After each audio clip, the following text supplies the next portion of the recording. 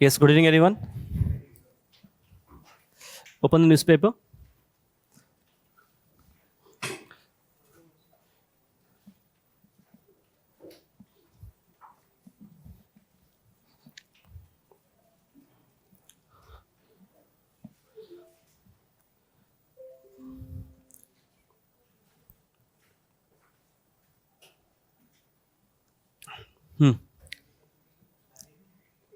Okay, open the business page. Uh, do you find anything relevant from the business page? Indian Express, but because no, I have seen. Okay. On the business page, you won't find anything that important in today's newspaper. Uh, I think there's one article which talks about RBI governor, right? RBI governor making a statement that global uncertainty may have an adverse impact on the economy. Except that I don't think anything is relevant. But huh? No. It's related to private sector. Nothing relevant. But I just want you guys to have a look at the previous page. The previous page.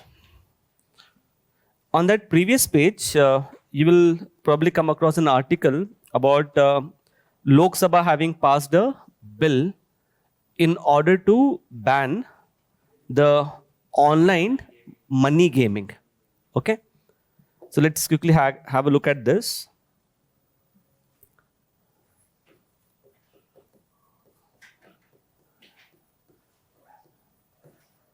Okay. When we say online money gaming, what it is basically, it is where users will pay money.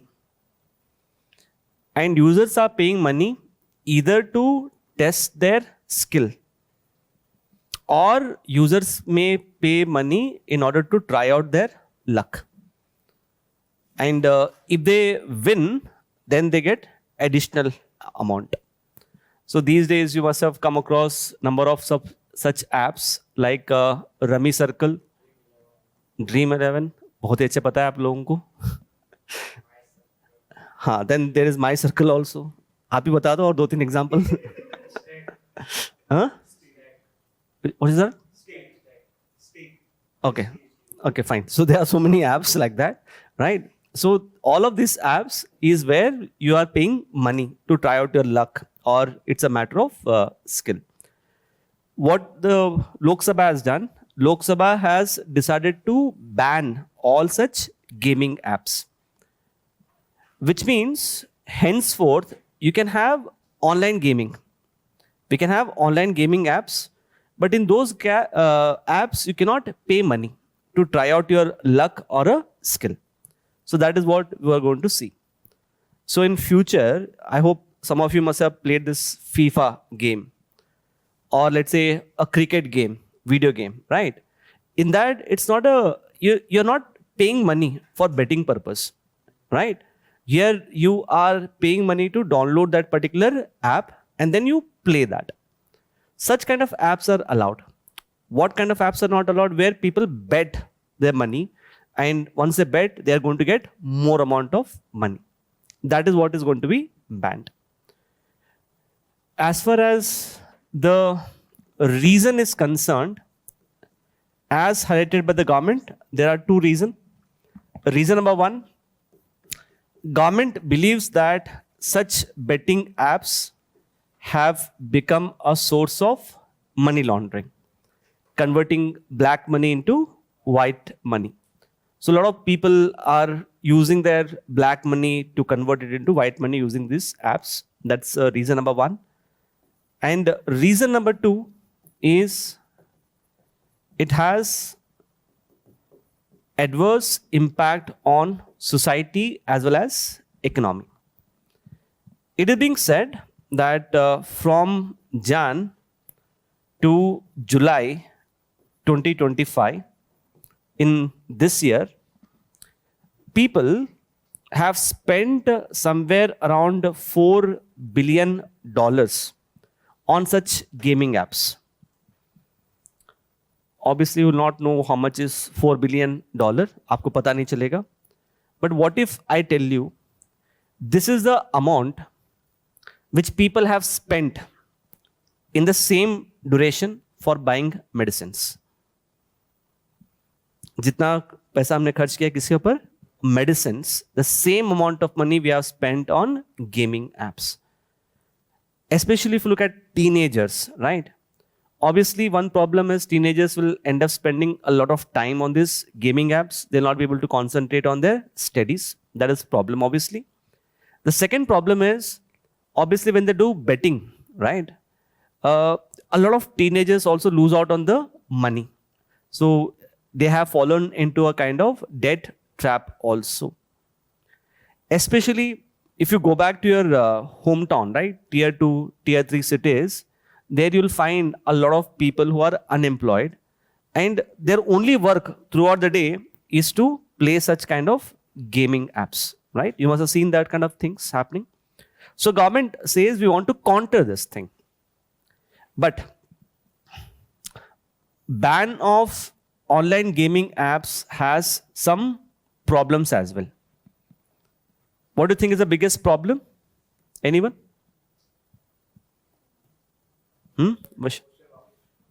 What's the biggest problem of banning such apps?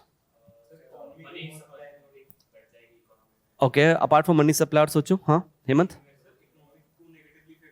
कैसे? Good. I think, yes, the biggest problem is for the government is going to lose out on revenue. Especially, they have become one of the major chunk of the revenue for the government. So can you see how serious the government is? In spite of the revenue loss, government is still banning it, which shows the seriousness or the gravity of the problem created by this online gaming apps. Second, it is being said that it will also lead to loss of jobs. Right now, according to various sources, almost 2 lakh people are employed in the gaming industry. These people will actually face the problem of unemployment. And it is said it is a huge setback to the gaming industry, in particular the startups in India. So if you see most of the startups, right, like Dream 11, what have they become? They have become a kind of unicorn. Have you come across the word unicorn? So suddenly if a startup grows very big, then such startups you call them as unicorn. Dream 11 is one such unicorn. So it will be a huge setback to gaming industry. I would say just a year back, Prime Minister Modi had actually praised the gaming industry. A year back. In fact, he called a small conclave of all the gamers in India. The big gamers in India, he called them and they had a small a kind of event as well. Now, can you see the sudden flip-flop from... How is that? I was coming to that. So when I'm saying these apps, they are into betting also and the normal thing also. So, but if you see the last few years, rapid growth has been of this money apps.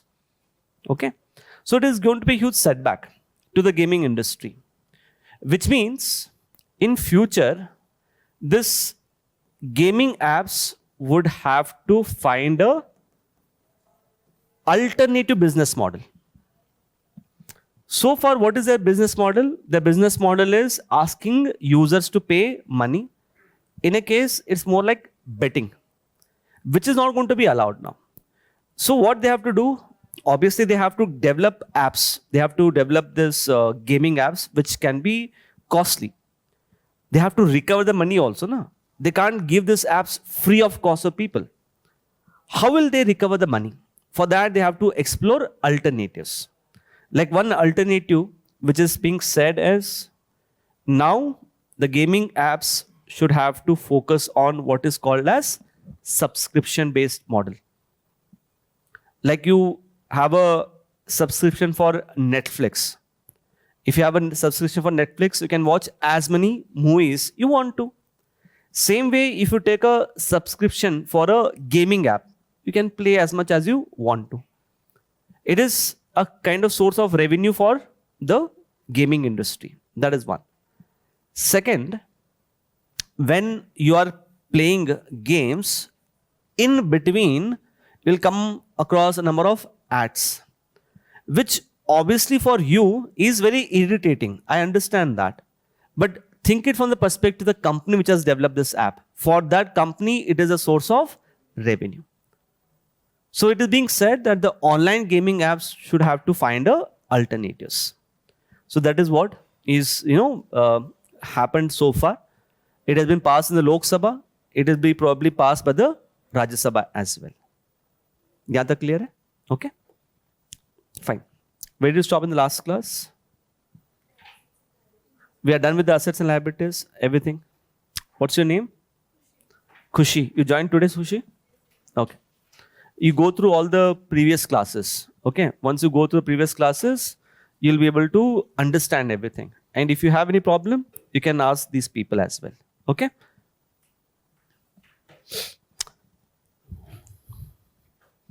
Right on the next topic. Net demand and time liabilities. Net demand and time liabilities.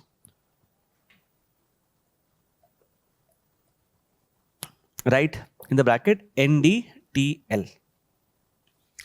NDTL.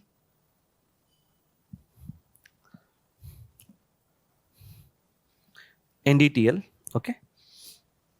Now, what is the importance of this topic, NDTL? Anyone knows how do you define CRR, cash reserve ratio? How do you define CRR? Definition. Okay. Apart? It is a, yeah, good. I would rather put it like this. It is a percentage of deposits which the bank maintain with the RBI. It is a percentage of deposit. But that is what is a layman's understanding, or that is what is a NCRT definition of CRR. In reality, if you look at RBI's definition of CRR, RBI does not call it as percentage of deposit. RBI calls this as percentage of NDTL. I hope you understood. So obviously, before I discuss what is CRR, सबसे पहले what you have to know is what is NDTL. So having discussed what constitutes assets, what constitutes liabilities of the bank, now we are going to see what exactly is NDTL. ठीक है? Okay. So pay attention.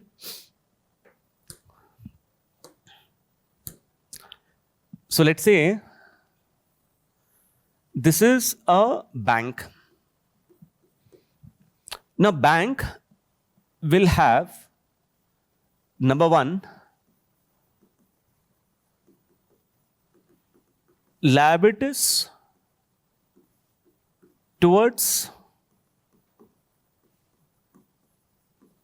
other banks. Vaishali, what will be that liability towards other bank? What all things do you think it will be?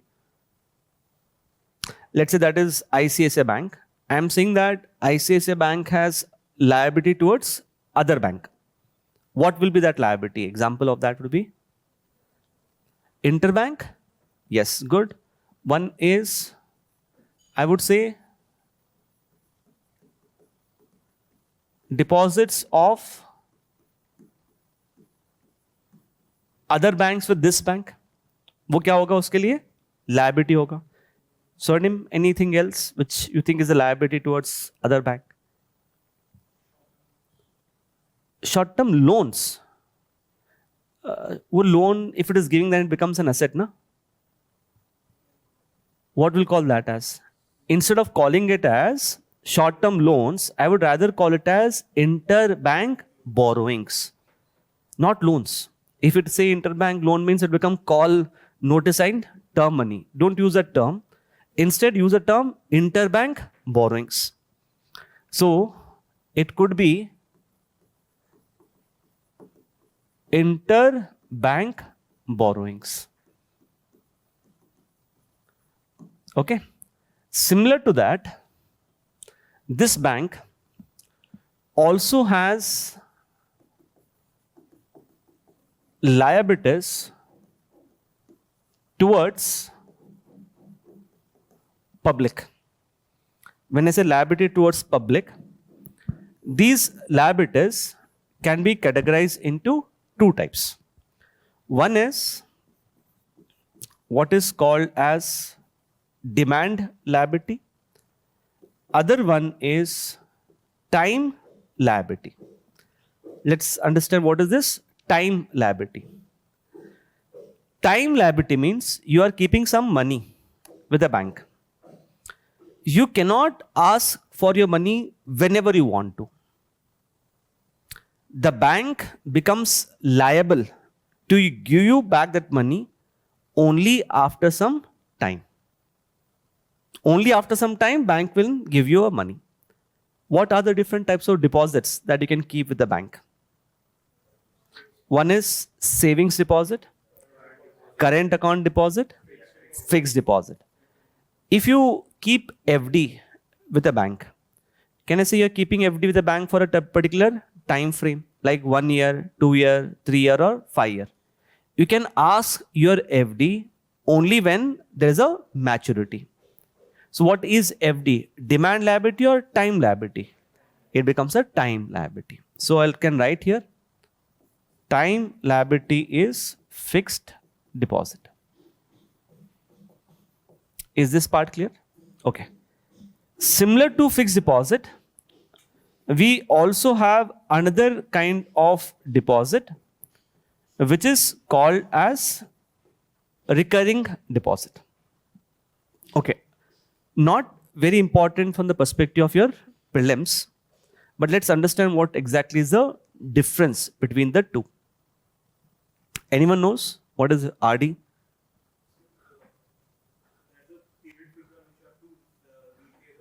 No.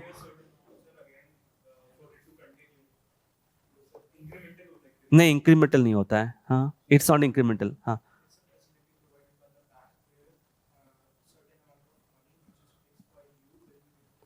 every month. Okay, good.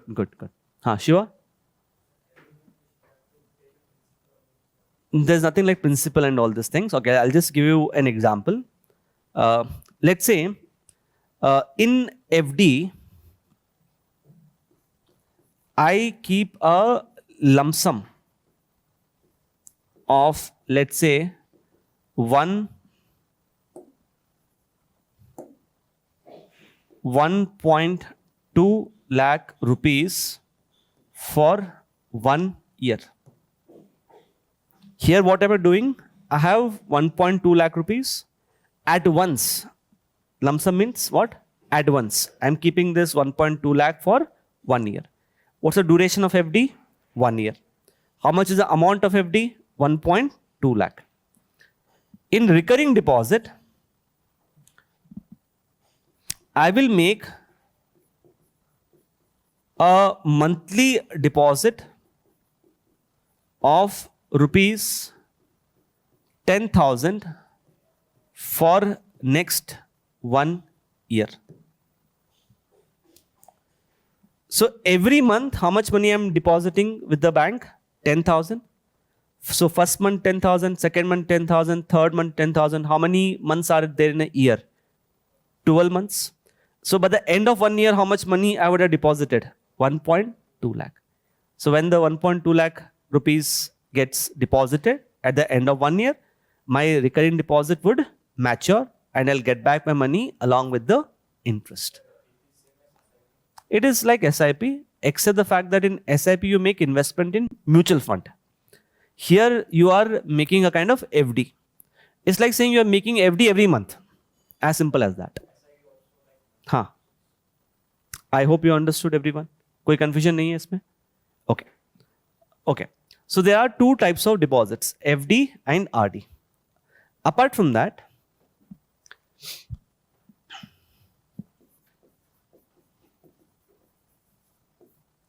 anyone can tell me what's the difference between savings account and current account? Huh, Vishali? So you mean to say businessman cannot open savings account? Okay. Let me tell you, anyone can open a savings account or anyone can open a current account. There's no hard and fast rule that only salary people can open a savings account and only business people can open a current account. Business people can open a current account, salary people can open a savings account. ऐसा कुछ नहीं है, ठीक है? So you can, it is quite flexible that way. But the difference here is, if you see in savings account, the minimum balance is less. Like not necessary zero.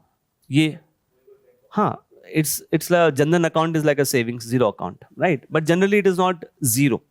If you look at private sector banks, no, in private sector banks the minimum balance is like 10,000.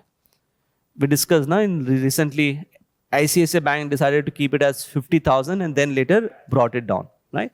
Savings account, there's a minimum balance which is quite low. But in current account, if you look at the minimum balance is relatively higher. I'll dictate this point, just pay attention यहाँ पे. Okay? The minimum balance is a little higher. The second thing is on savings account,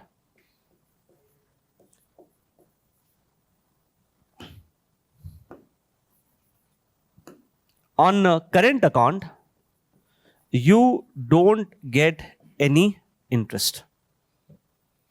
But on savings account, you will obviously get some interest on savings account. That's the second thing. Question is, if people are keeping their money in current account, that to be minimum balance is higher. If they're not getting interest, it means there are some other benefit which they are getting. That benefit is not there for savings account. What is that benefit?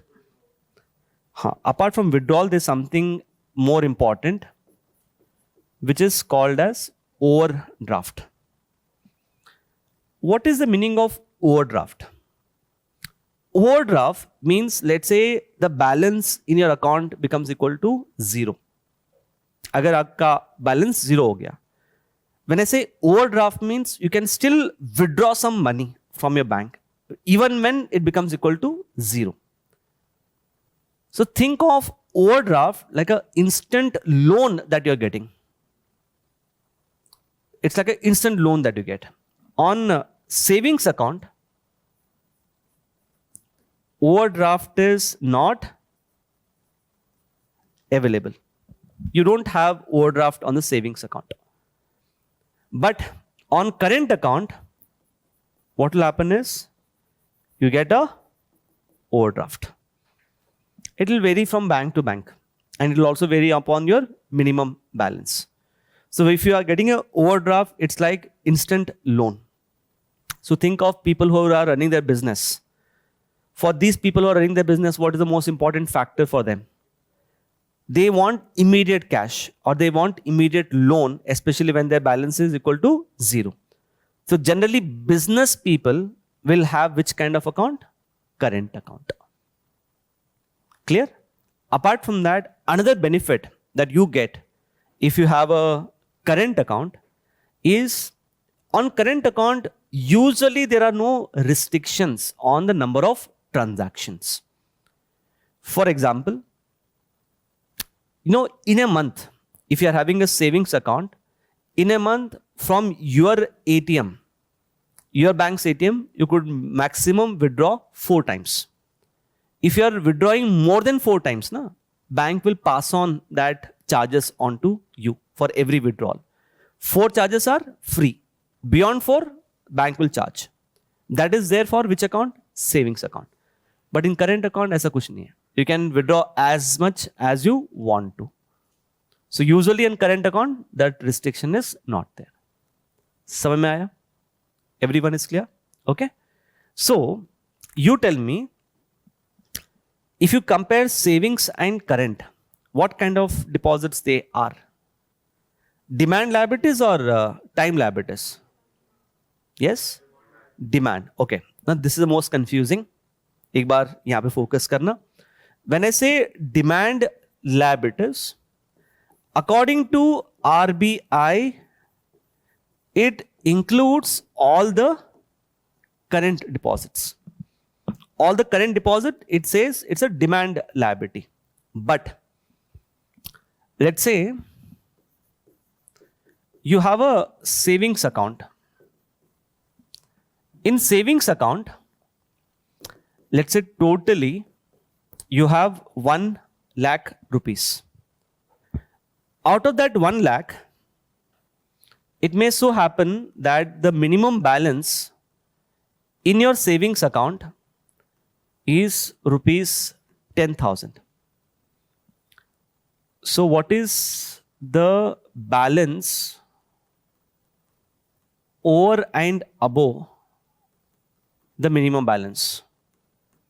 How much is the balance over and above minimum balance? You have the remaining 90,000 rupees.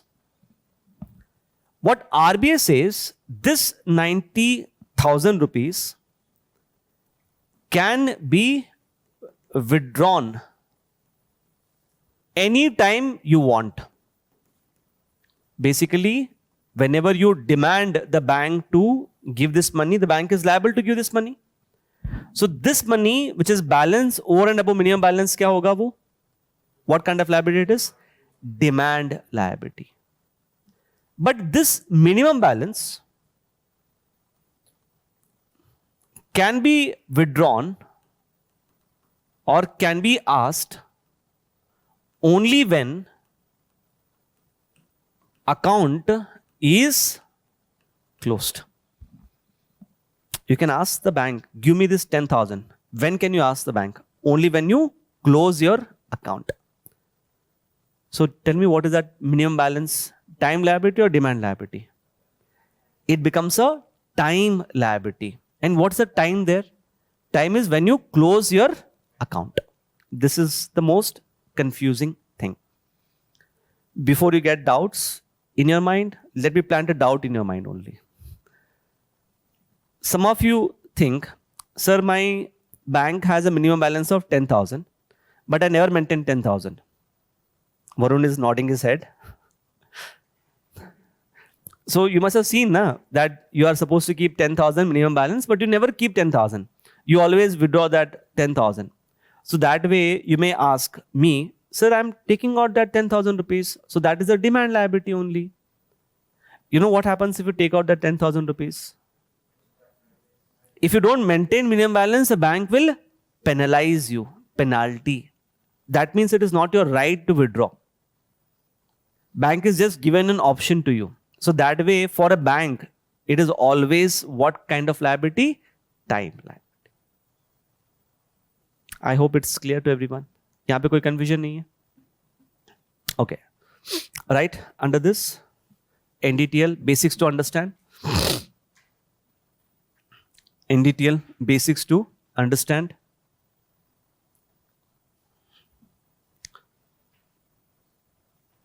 So make the heading, difference between current account and savings account. Difference between current account and savings account. Okay, when I say like this, what you have to do?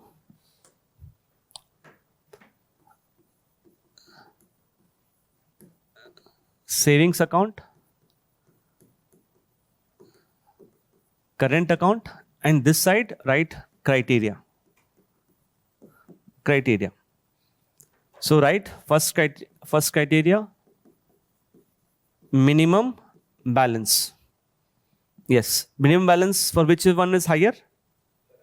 Current account. So write this side lower for savings account. For current account, it is higher. Second,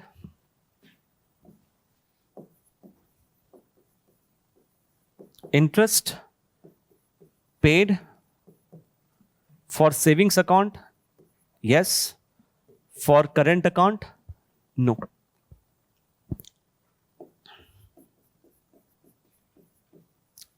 Overdraft available for savings account, it is not available. For current account, it is available.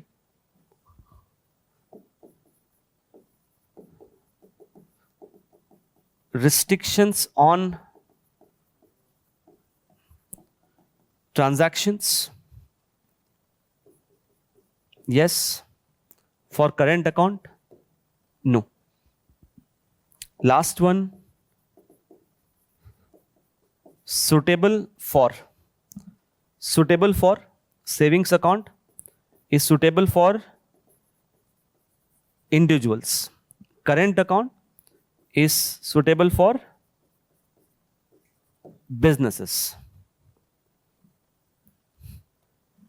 Current account is suitable for businesses. So, but right, however, even individuals can also open current account. However, even individuals can also open current account.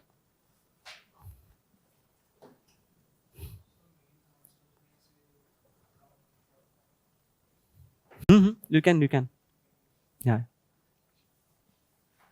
ये वाला question तो prelims में नहीं आएगा. Yeah, you can. Okay, so that's the first basic thing that you wrote, right? Overdraft, you can write overdraft is like an instant loan. Overdraft is an instant loan that one can avail. Overdraft is like an instant loan when which one can avail when the balance in the account is zero. When the balance in the account is zero. Obviously, it's a charge. It's like a credit card.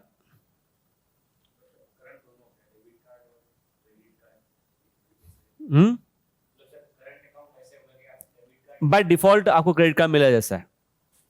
Assume like this. By default, you got a credit card. Okay.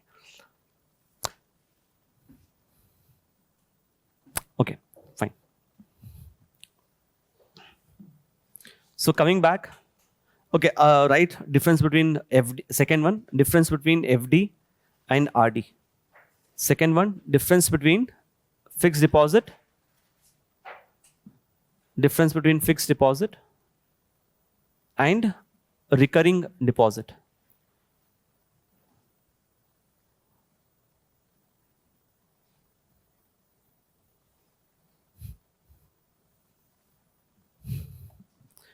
Both fixed deposit and recurring deposit, both fixed deposit and recurring deposit are in the form of time deposits, wherein people deposit money, with the bank for a specified time duration.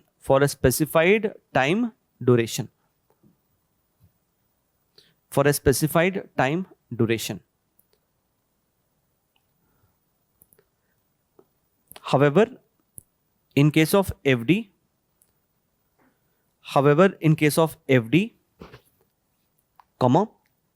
a lump sum amount is deposited.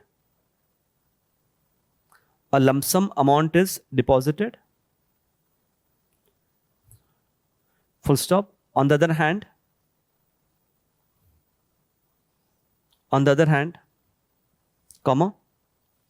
in case of RD,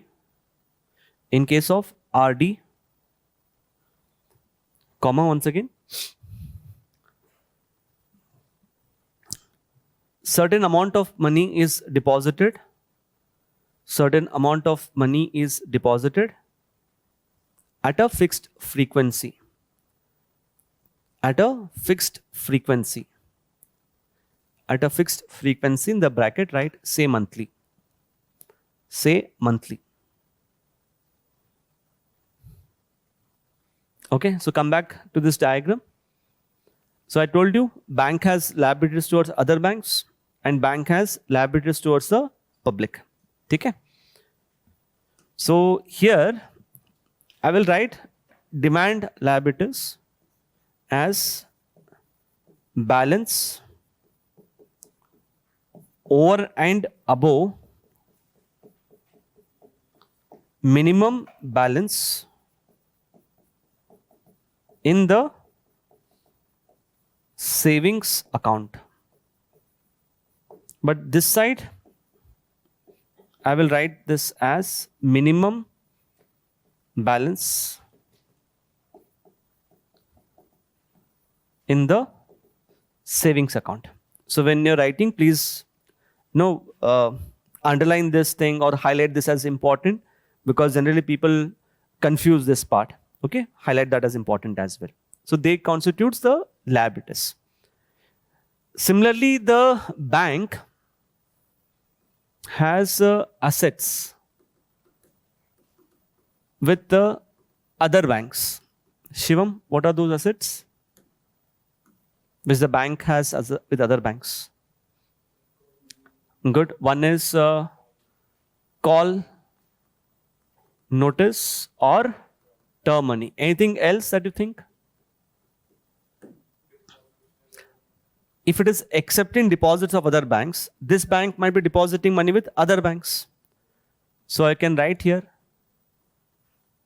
deposits with other banks. Okay? And then it will also have assets with the public. What is that assets with the public? Basically, loans, or do not get confused, sometimes it is also called as advances. So, there are 4 things: liabilities towards other banks, liabilities towards public, assets with other banks, and assets with the public. Okay. Everyone has taken down?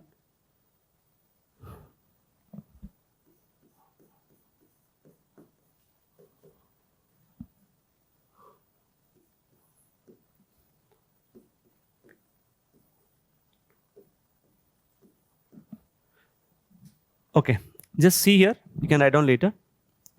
Look at the definition that I gave. I'll dictate the definition. Just look at the definition.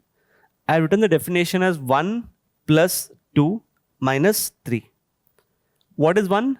Liabilities towards other banks. Plus liabilities towards public. Minus assets with other banks. What did I not write? Assets with the public. That we don't include it under the NDTL. Okay. Now, please write definition. If you have taken on the diagram, na? So write NDTL is calculated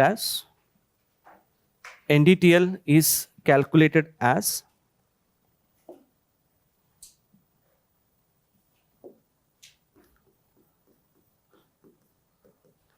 liabilities towards banks, liabilities towards banks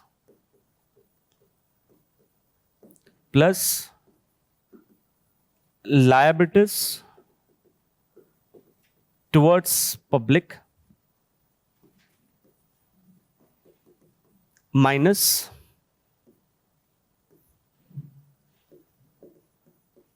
assets with the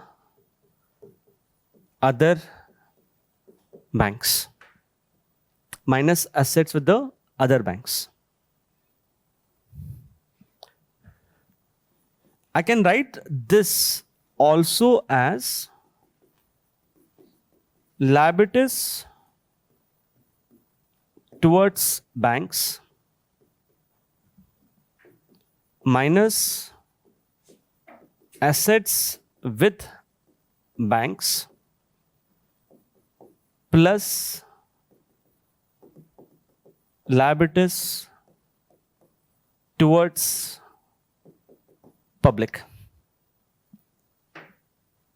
I just interchange the order, that's it. Possible hai? Okay. Now, think here. Let's concentrate here. Liabilities towards the banks minus assets with the banks. Let's take a small example. This bank, for example, has liabilities towards other banks of, let's say, rupees 200. So tell me how much money does the bank owe to other banks? कितना पैसा देना उसको? It has to give 200 rupees to other banks. But this bank has, let's say, 100 rupees with other banks. It's like I am this bank. I owe someone 200, but I'm getting 100 rupees. I'm going to get 100 rupees from someone. So what is my net liability? कितना होगा? 100 rupees ना? 200 minus 100. My net liability will be 100. Which means liabilities towards banks minus assets with the banks. Can I write one single word for it? What is that one single word? Net liabilities. Instead of writing liabilities minus assets with the banks, I'll just write one word. Net liabilities towards banks. Plus, what is that? Is that net liability or only liabilities? Only liabilities. Okay, so I can write this as this entire one. I can write net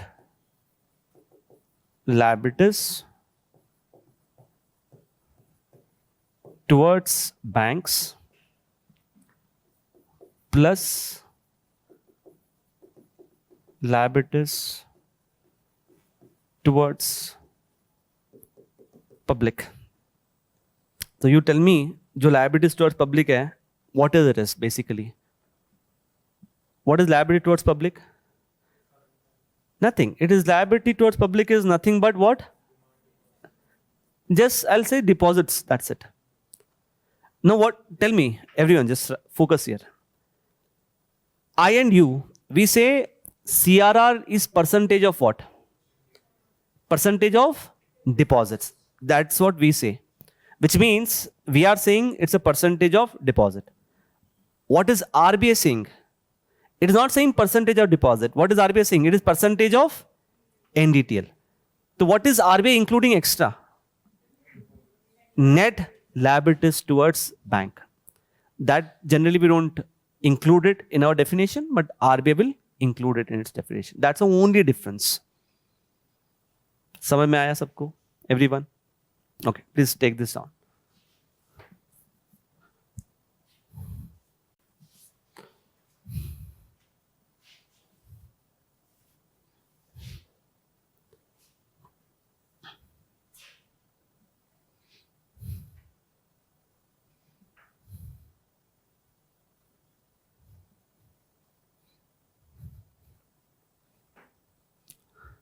So write note after this.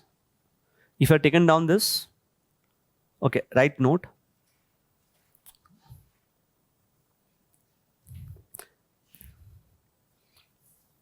The difference between deposits, the difference between deposits and NDTL, the difference between deposits and NDTL is that NDTL includes both deposits and net liabilities towards banks. Net liabilities towards banks. Underline the word net If you want, you can put that in a circle. Net liabilities towards banks. Is everyone clear?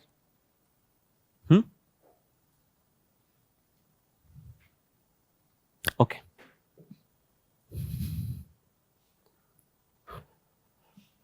So having discussed the concept of NDTL, let's now start with the right topic, monetary policy tools.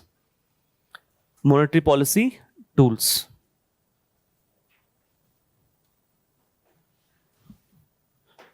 Monetary policy tools. Right? Monetary policy tools can be categorized into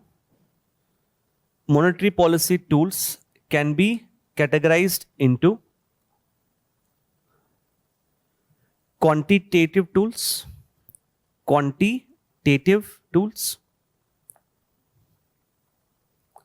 and qualitative tools. Quantitative tools and qualitative tools. Okay.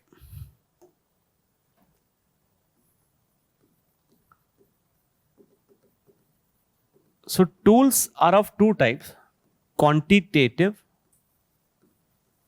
and qualitative. Okay, let's understand what's the difference between the two. When I say quantitative, the quantitative tools control the total quantity of money supply in the economy. So when I say total quantity of money supply, it basically means using these tools, money supply can either increase or decrease. So remember I told you, if there's a recession, during recession what will happen to money supply? Increases. During inflation, the money supply, RBI will try to reduce it. That's what is a quantitative tool. Examples of such quantitative tools are CRR, SLR, then you have repo, reverse repo, etc. All of these are quantitative. What is qualitative? Qualitative tools will control not the quantity, but rather they are used to control the quality of money supply. Can you tell me what is this quality means?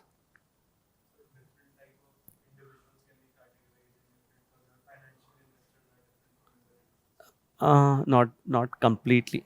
What do you think quality of money supply? No. Quality. Okay. Think of it. A particular bank can give loan for purchase of a SUV, a sports utility vehicle. The bank can also give loan for purchase of tractor. If you compare these two, which one is more productive in the economy? Tractor or SUV? Tractor. Tractor is more productive. So what RBI does, RBI will ensure that banks give more amount of their loans for purchase of tractors, less amount of loans for purchase of SUV. People may take loan for education, or people may take loan for foreign trips. People do take loan for foreign trips as well. You tell me which one is more productive. Education. So what RBI will do, RBI will ensure that more amount of loans are given for education and less loans are given for foreign trips. What is happening here? The money is same only, na? The money is same. But what are we trying to do? We are trying to ensure that more amount of money goes to sectors which we think are productive and less money is going towards sectors which are less productive. That is what is qualitative. quantitative. So RBI influences banks to give more loans to productive sectors and less loans to unproductive sectors. Example is, let's say, more loans to purchase tractors as compared to SUVs, sports utility vehicle. ठीक है? So यहाँ पे if I could tell you some examples of qualitative tools, you have what is called as margin requirement, selective credit control,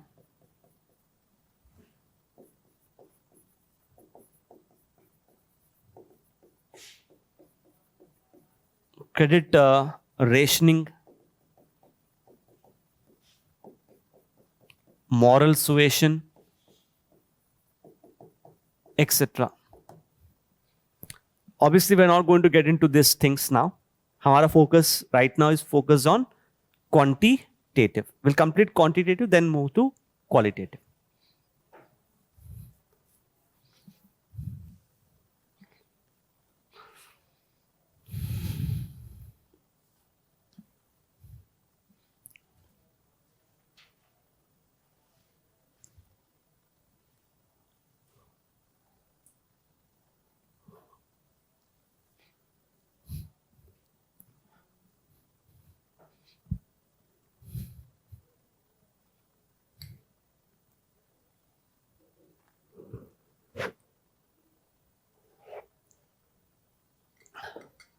Done, Hemant?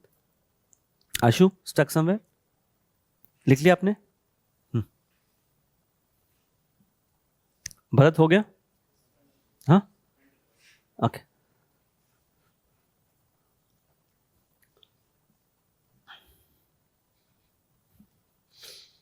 Okay, so what we are going to do now is we are going to get into the quantitative tools. So make the heading quantitative tools. Quantitative tools. Okay, please write the list of quantitative tools. Quantitative tools list. Cash reserve ratio. Cash reserve ratio. Statutory liquidity ratio. Cash reserve ratio. Statutory liquidity ratio, SLR. Repo. Reverse repo. Marginal standing facility. Marginal standing facility. Next, standing deposit facility. Standing deposit facility. In the bracket, write SDF. Next,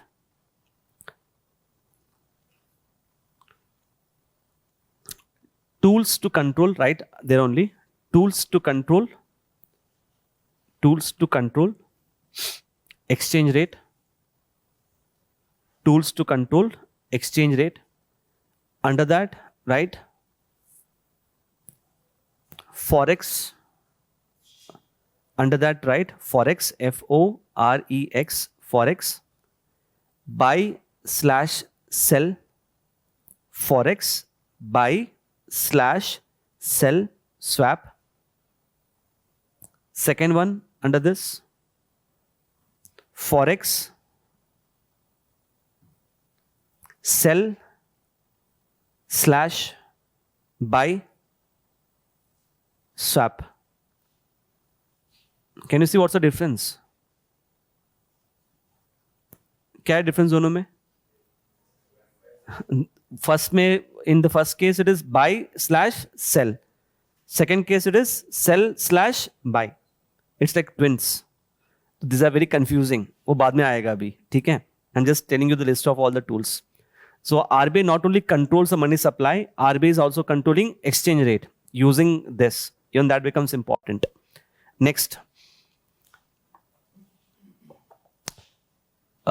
Sterilization operations under this only. Sterilization operations. Sterilization operations. Under sterilization operations, write OMO. Open market operations. OMOs. Sterilization operation is OMO. Next, tools to manage yield rate. Next one, tools to manage yield rate. Put a hyphen and write. Operation twist. Operation twist. Operation twist. Next one, GSAP. All in capital. G-SAP. G-SAP. GSAP. How many tools did you write? How many are there? 10. So we are going to cover all of these tools. So obviously the chapter is lengthy, as you must have already seen. So we are going to start with the first tool. The first tool that I'm going to cover is the topic of CRR. So please write the heading cash reserve ratio. Cash reserve ratio. Okay. So let's start with the definition, everyone. So write NCRT. NCRT hyphen. NCRT hyphen. CRR is percentage of deposits. CRR is percentage of deposits which banks have to maintain with the RBI. Which banks have to maintain with the RBI in the form of cash. Percentage of deposits which the banks have to maintain with the RBI in the form of cash. That is NCRT. Next line. RBI's definition. RBI's definition. Put a hyphen and write. Percentage of NDTL. Percentage of NDTL which banks have to maintain with the RBI, which the banks have to maintain with the RBI in the form of cash.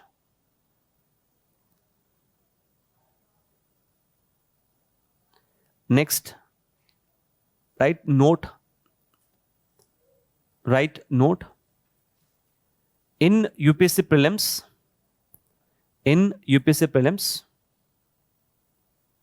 comma, the terms,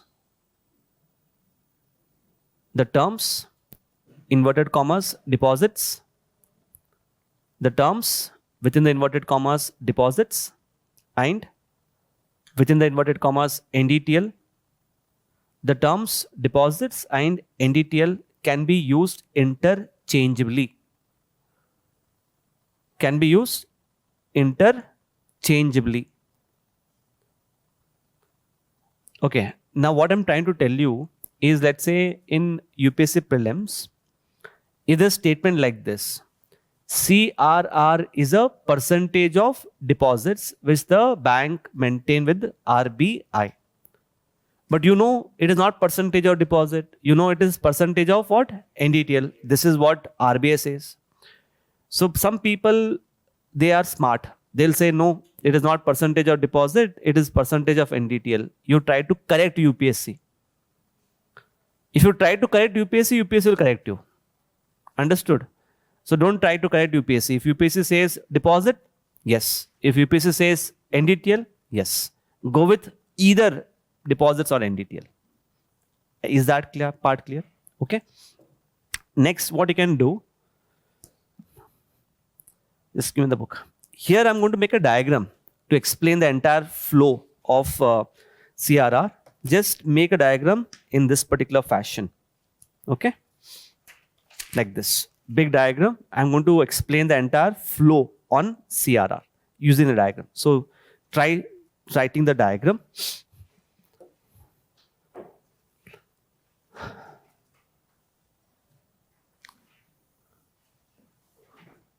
So you have a bank.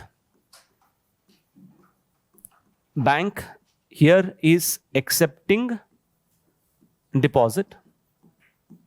After accepting deposit, what is bank doing is some percentage of deposit it is maintaining with whom? RBI.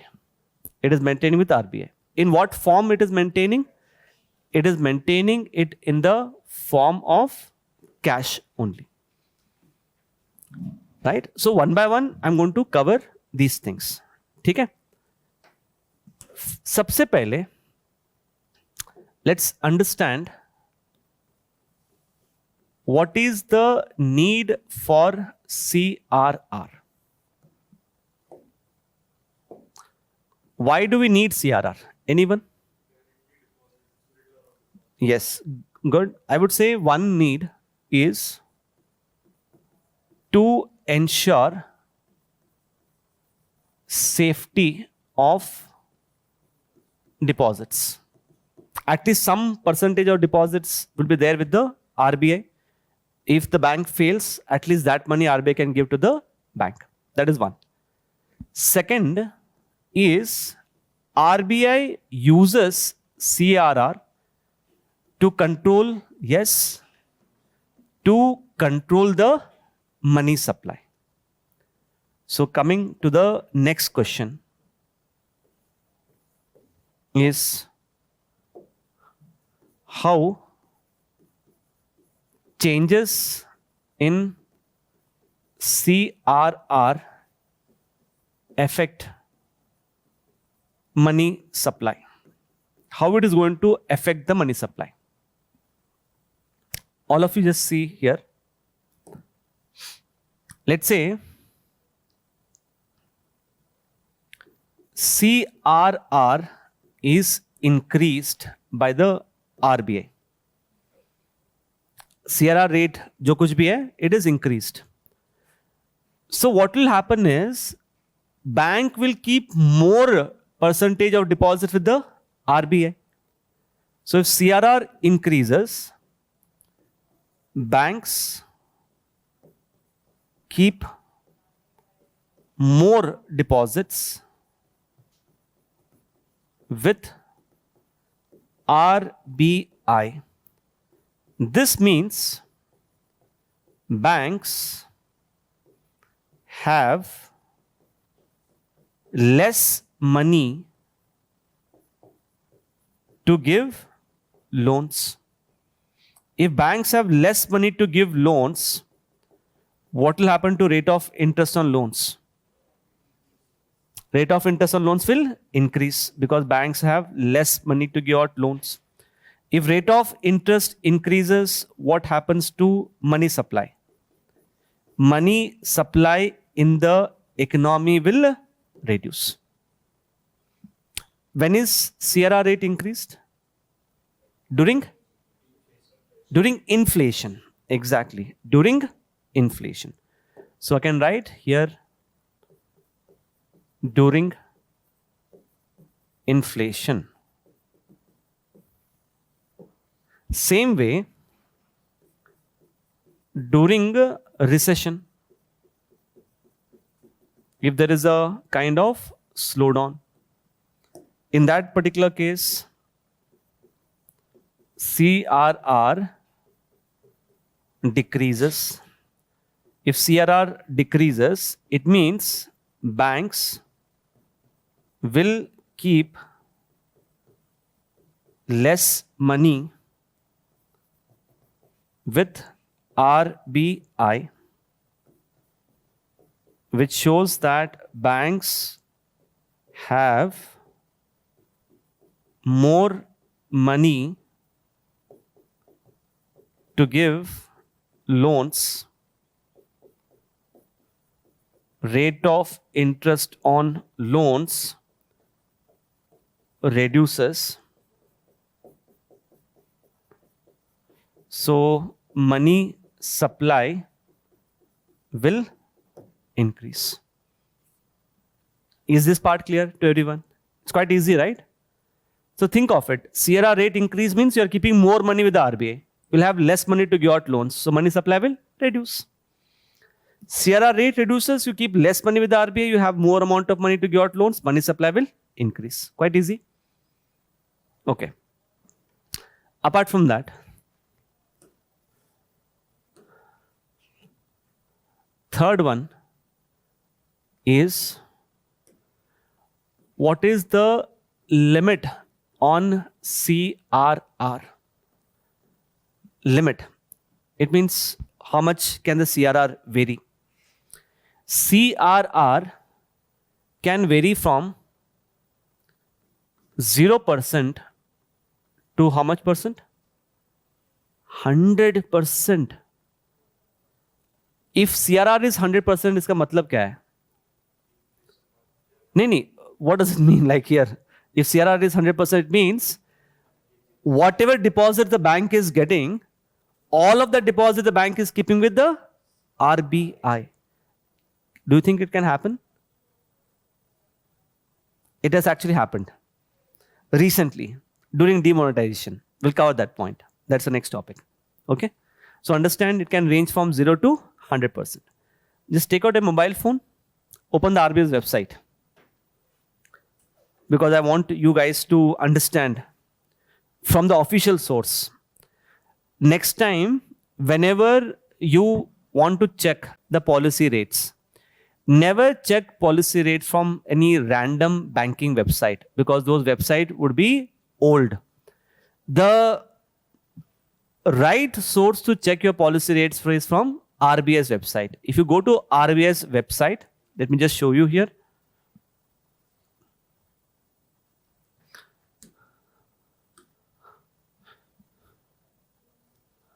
Okay, if you go to RBI's website here,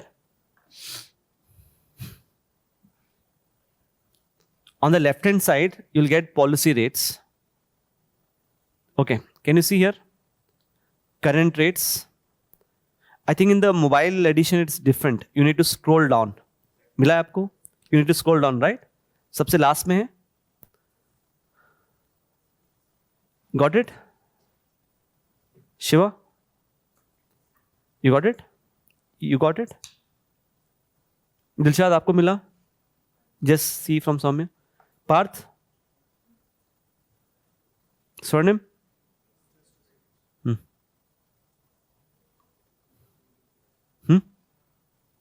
Okay. So if you're seeing on the desktop, right, you can see in left hand side, you have this policy rates, reserve ratio, exchange rate. If I click on the reserve ratio, you can see what is the CRR rate. CRR rate is now 4% and SLR is 18%. So if you see here, limit on CRR is, CRR can range from 0 to 100%. But if you see the present rate, and because I'm saying present, let me say in detail, we're talking about August 2025. It should not happen that you're reading your notes after 1 year and tabhi bhi aap 4% dekh rahe ho. It can change that time. So that's why I'm writing August 2025. Present rate, how much it is? 4%. So if you keep 100 rupees deposits with a bank, How much deposit the bank will keep? 4 rupees with the RBI. 200 rupees you keep, 4% of 200, 8 rupees. Deposits can increase or decrease, na? So at any given point of time, 4% they have to keep with the RBI. Okay. Fifth one. Now this is very interesting.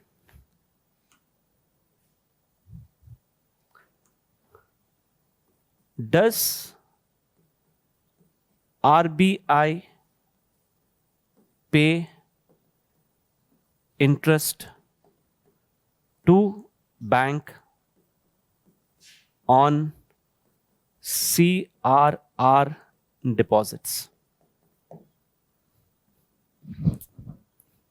It's like bank has accepted money from depositors. For the depositors, the bank has to pay interest. Na? Same logic, the bank is keeping money with the RBI. So will RBI pay interest to the bank? Sure? It does not pay? It pays? Parth? Why? Ye to unfair ho gaya na? It's like saying, let's say I'm a particular bank and this is from Shivam, I'm getting 100 rupees. Out of that 100 rupees I'm getting from Shivam, 4 rupees I'm keeping with the RBI. I have to pay him interest on how much money? Entire 100 rupees I have to pay him interest. So I'm keeping 4 rupees with RBI. Will RBI pay me interest or not? RBI ideally should pay, no? RBI does not pay any interest. It means I, as a bank, I will pay interest to Shivam in this case on the entire 100 rupees. But on 4 rupees which I am keeping with the RBI, I am not getting any interest. Which means for me, there's always a cost of maintaining CRR. Why do I say it's a cost? Because on that CRR that I'm maintaining, I have to pay interest to the depositors, but RBI is not giving me any interest. So, does RBI pay any interest to the deposits? No. Hence,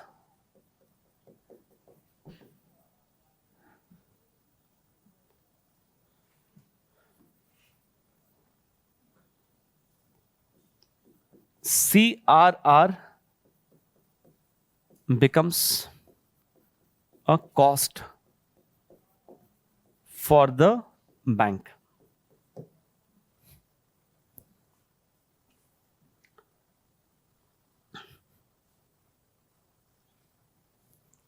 Clear? Hai? Okay. Now coming to the last part, that is about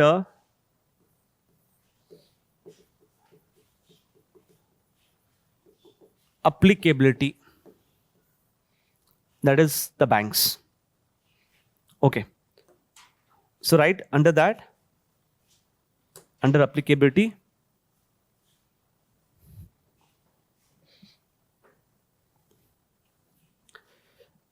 applicable to both scheduled and non-scheduled banks. Applicable to both scheduled and non-scheduled banks. Applicable to both scheduled banks, scheduled and non-scheduled banks. Okay. Scheduled banks, continue. Scheduled banks are listed under second schedule of RBI Act 1934. Scheduled banks are listed under the second schedule of RBI Act 1934. Just pay attention. How many schedules there are there in Indian Constitution? There are 12 schedules of Indian Constitution. What is the first schedule of the Indian Constitution? It has a list of all the states and union territories. Same way, if you go to RBI Act 1934, in that particular act, you have second schedule.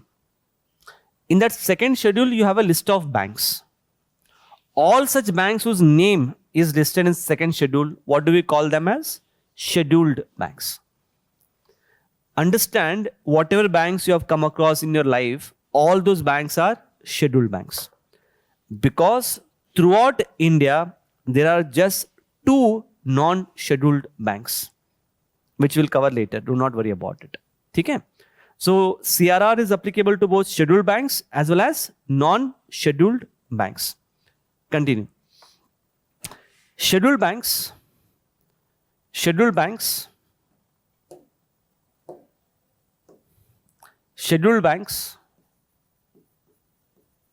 maintain CRR with the RBI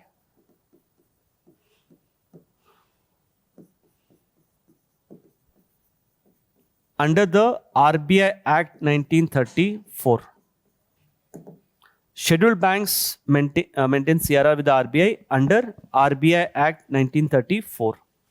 Full stop. However, non-scheduled banks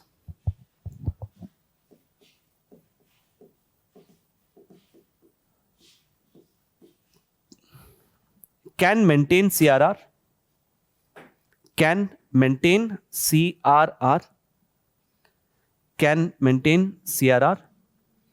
either with RBI or with themselves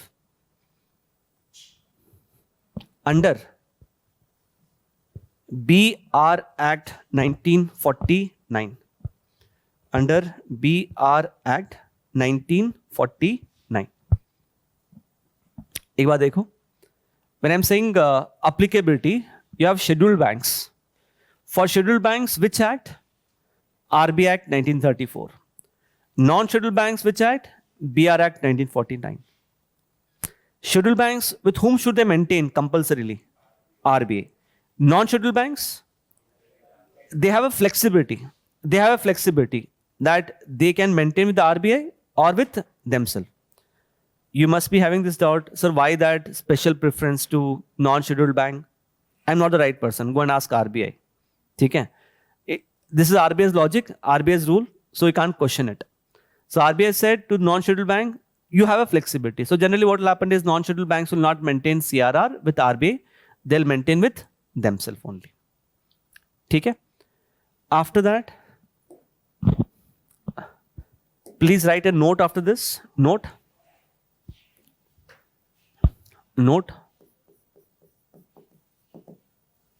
CRR is not applicable. CRR is not applicable to NBFCs. CRR is not applicable to NBFCs. Okay, so the last one.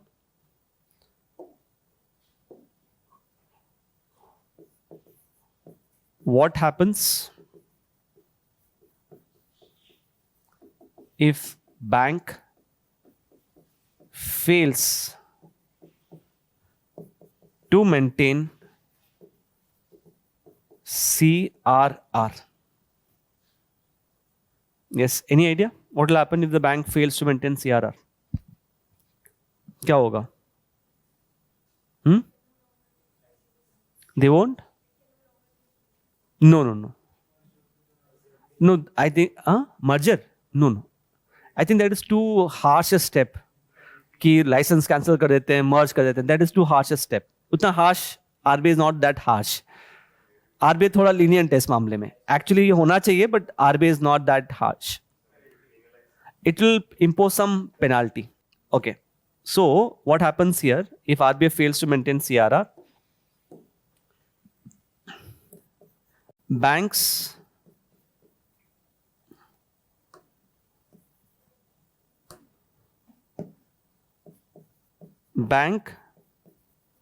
must pay penalty, which is 3% above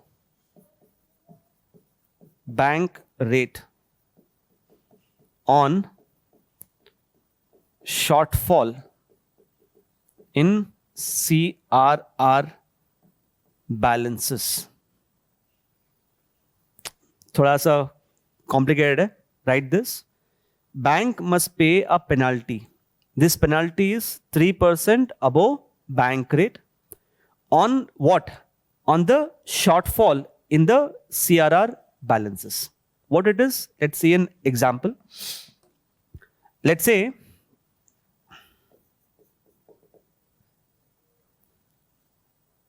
CRR to be maintained. CRR to be maintained is rupees 200. It means bank has to maintain rupees 200 with the RBI. Actual CRR maintained by the bank. Let's say the actual CRR which it has maintained is 100. It is supposed to keep how much rupees? 200. But how much money it has kept? 100. What is the shortfall? Shortfall in the CRR is rupees 100. So let's say the bank rate. Go to RBI's website. Tell me what's the bank rate now? Bank rate. If you go here, policy rates.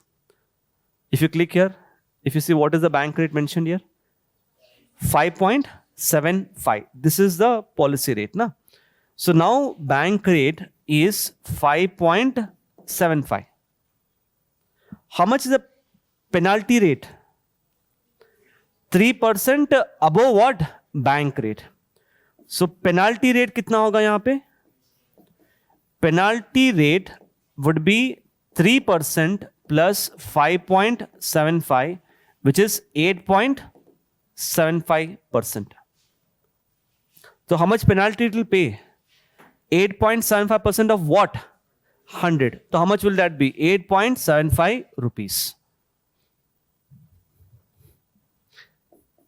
Bank pays penalty of rupees 8.75.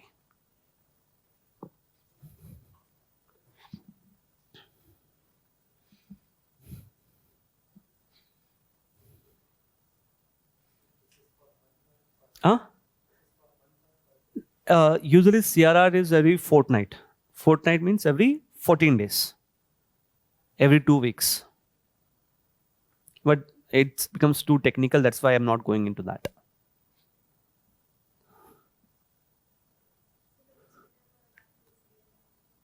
I think Soumya is saying a very good point. She says it's better if the bank just pays the penalty. Instead of keeping 200, it will just pay penalty. And you must understand, Soumya, it's like saying कि if you purchase a helmet का cost आएगा 1,000 rupees. उससे अच्छा every time the traffic cop catches you, pay him 100 rupees, fine, your life will go on. That's the logic.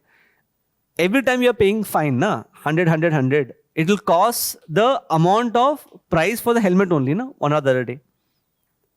Understood? So that's not a good logic. And you must understand, RBI knows if banks are repeatedly doing it, it means bank has some problem. So obviously, RBI will take some strict action against such bank.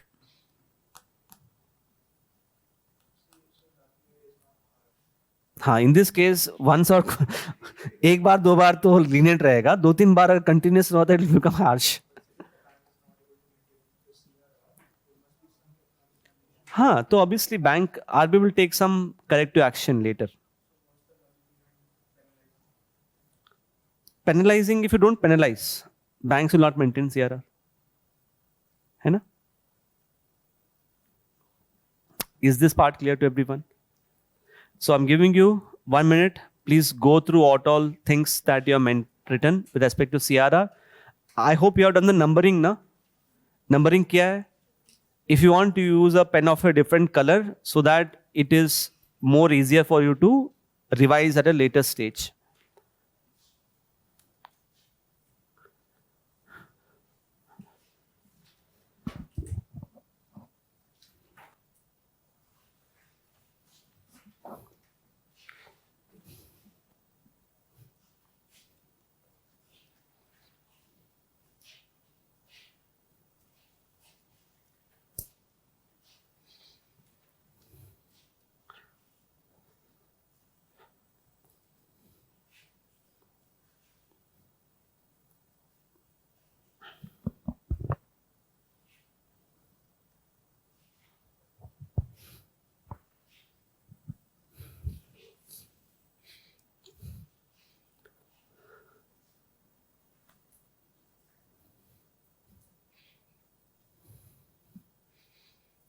So basically what you have done, you have prepared a kind of mind map which becomes quite easier for you to revise quickly. Okay, apart from that, I just also want to tell you, how do you revise? This is very important.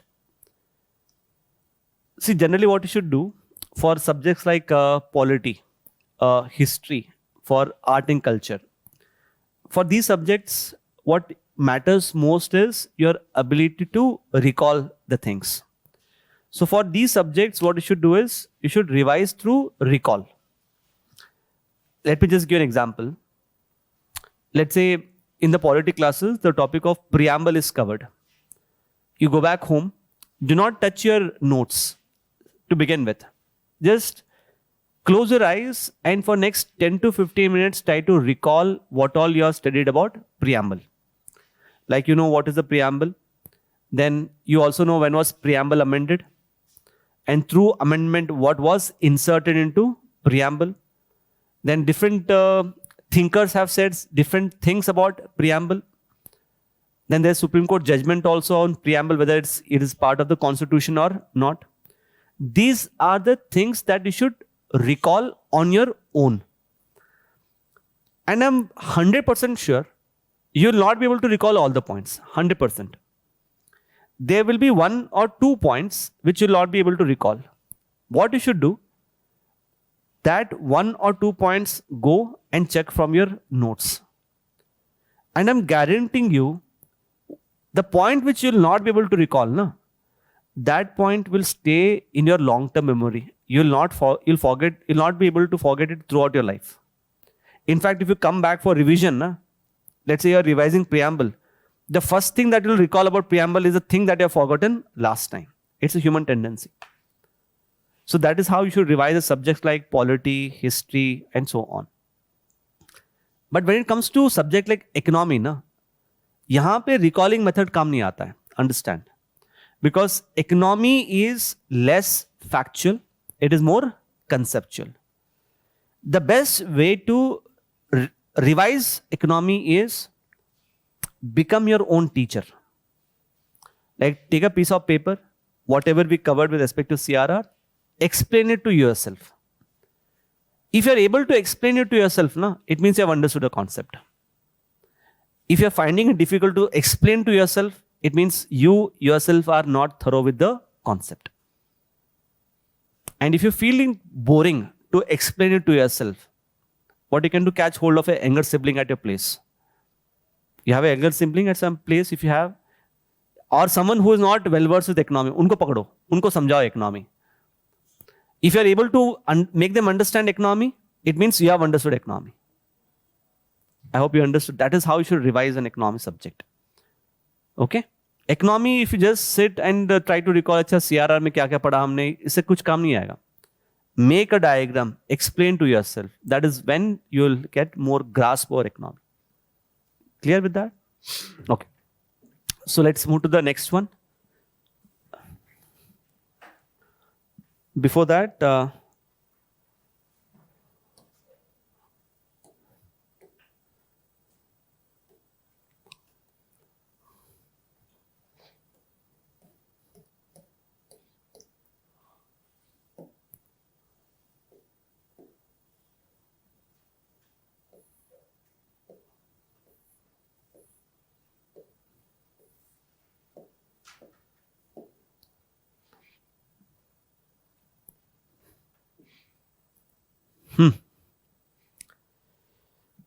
call money and notice money is considered as asset of the bank. It is an asset.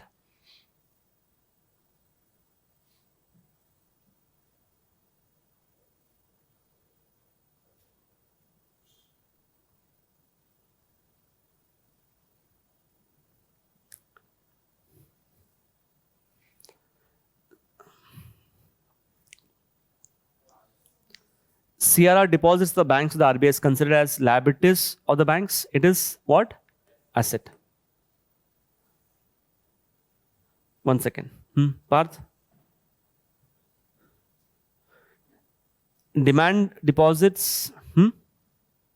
It's true. What's your name? हाँ खुशी.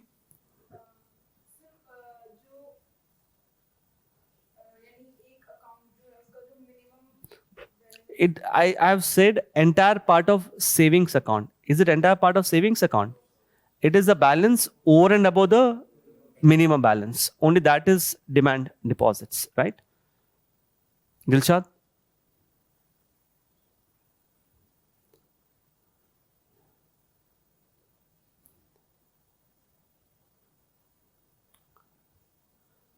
Time deposits will include entire FD. Will it include entire FD? Yes, it includes entire FD and recurring deposits. Samya?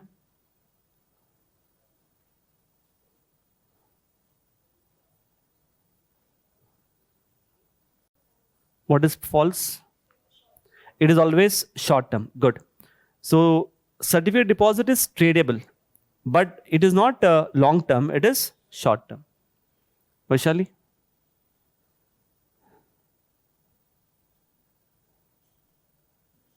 Cash with the bank is considered as an asset. Yes, good. Bharat?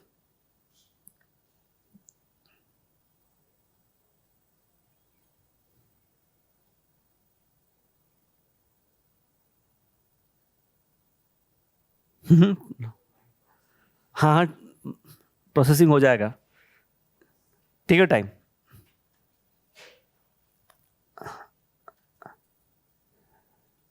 लिखो. If you want, you can write it. You can write it if you want. NDTL is calculated as sum. Sum of what? Sum of net liabilities towards banks and liabilities towards people. I told you, no? NDTL is net liabilities towards the banks plus liabilities towards the people. Next. Anil? The loans given by the banks to the public are not taken into consideration for calculation of NDTL. I told you they are not taken into consideration. It is true. Okay. Next slide. Incremental CRR. Incremental CRR. Incremental CRR. Right? Incremental CRR was introduced by the RBI. Incremental CRR was introduced by the RBI twice in the recent past. Twice in the recent past. Put a hyphen and write. Demonetization, and recent withdrawal of rupees 2000 notes. Demonetization and recent withdrawal of 2000 rupee notes. Okay. Next line you can write. Incremental CRR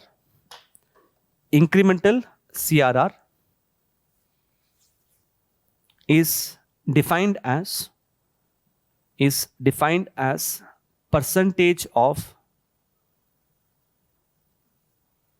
incremental deposits, is defined as percentage of incremental deposits which the bank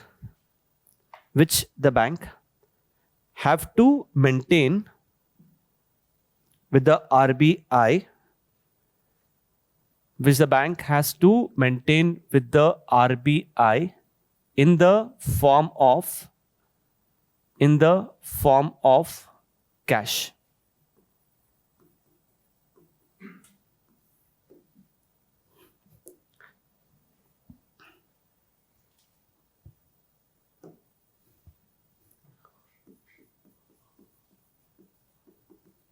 Okay, just have a look at this.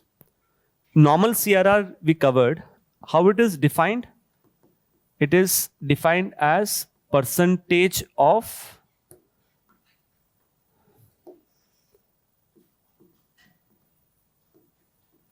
total deposits. percentage of total deposit which the bank has to maintain with the RBI. Here, incremental CRR is not percentage of total deposit, it is percentage of incremental deposits. Obviously, what is that incremental deposits? हम cover करेंगे, ठीक है? Second,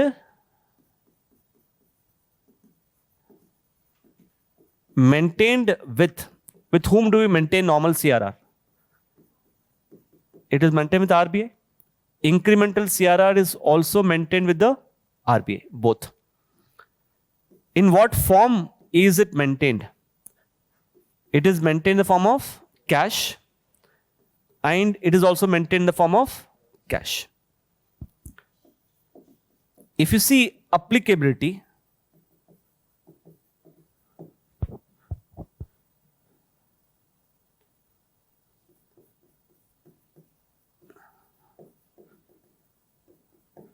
CRR is applicable during normal times. Incremental CRR is applicable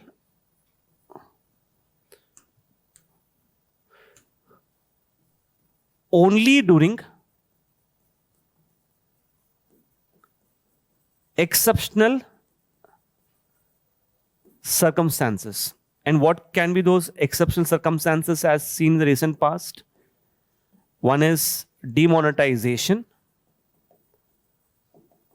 or withdrawal of notes.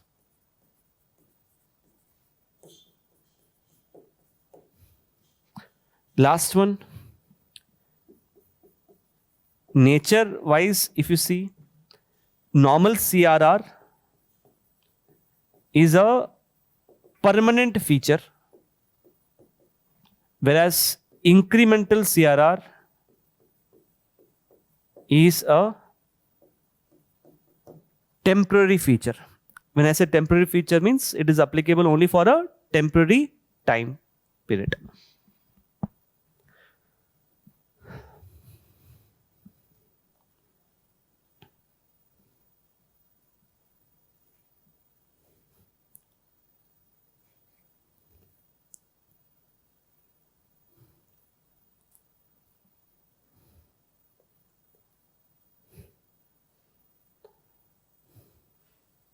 ठीक है? Done, everyone? Okay, now I'm going to explain to you the incremental CRR adopted by the RBI during the recent withdrawal of notes. Then you'll be able to compare and contrast normal CRR and incremental CRR. Okay.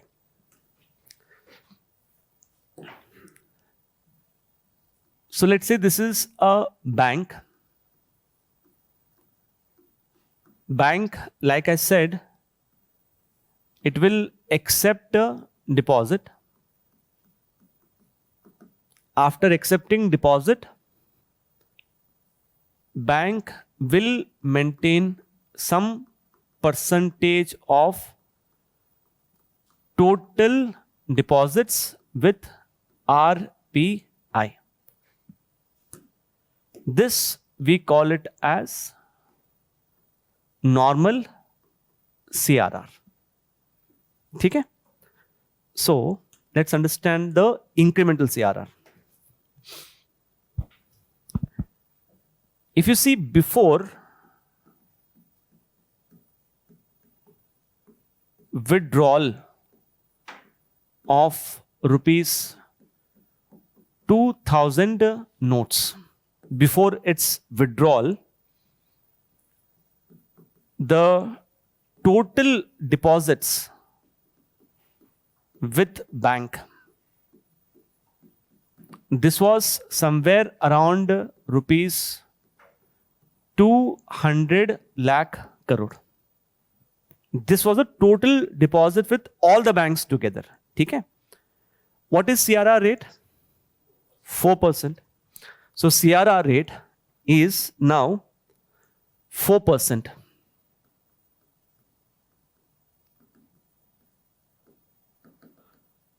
So 4% of 200 lakh crore. 4% of 200 lakh crore all the banks had maintained with the RBI in the form of CRR, cash reserve ratio. What actually happened? RBI announced withdrawal of rupees 2000 notes. When RBI announced withdrawal, RBI gave option to people. What is the option to the people? One option was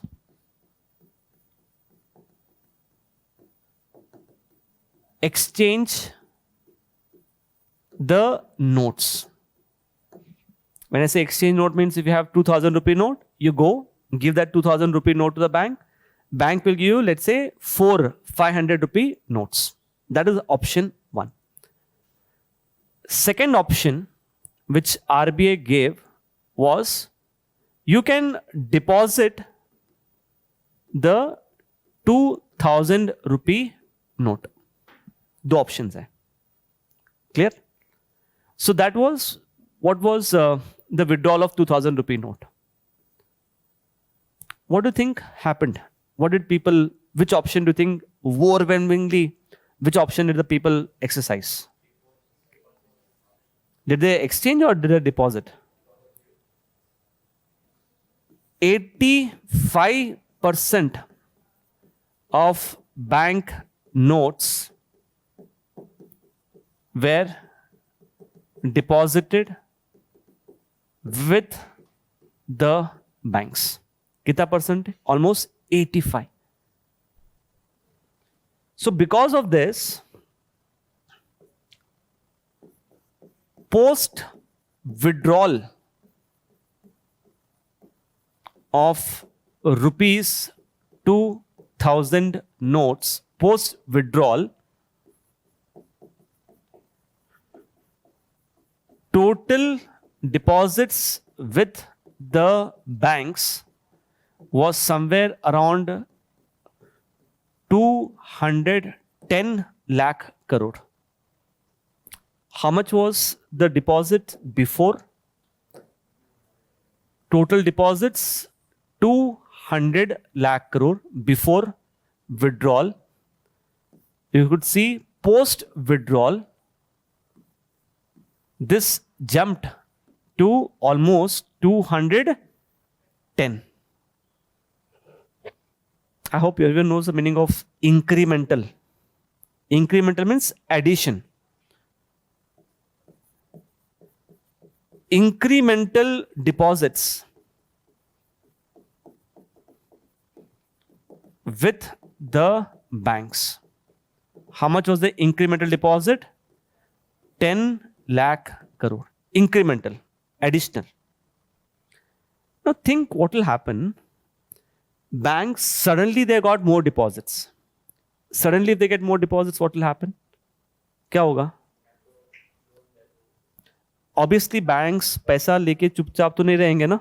What will they do suddenly with huge amount of money which they have? That money they will give out in the form of loans.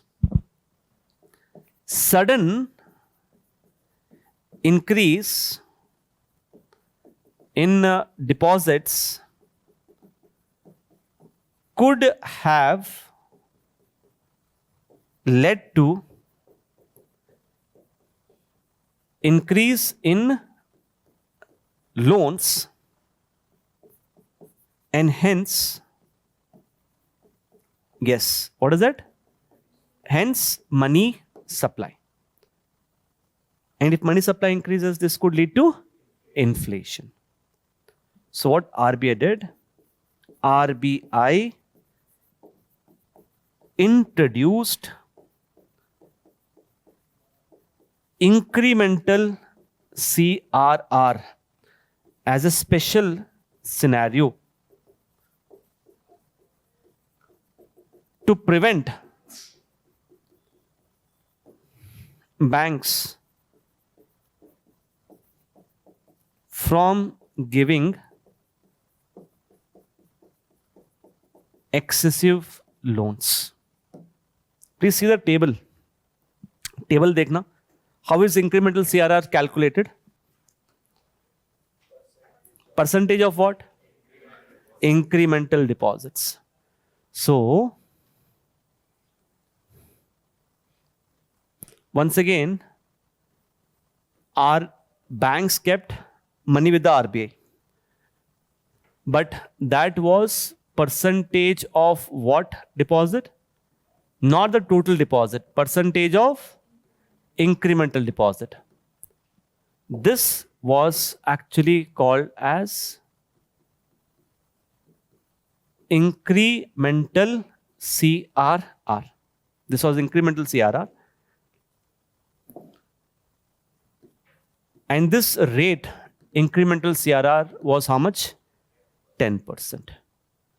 So 10% of 10 lakh crore, kitna hoga? 1 lakh crore is what the banks get with the RBI. In the table, look at the last row. What's the last row? ये forever था या temporary था? Temporary. It is only for a temporary period of time. Once the CRR ended, incremental CRR ended, they gave back. So I'll just show you here. Just pay attention.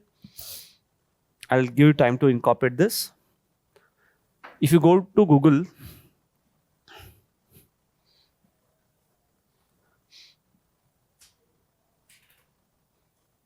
if you type incremental CRR,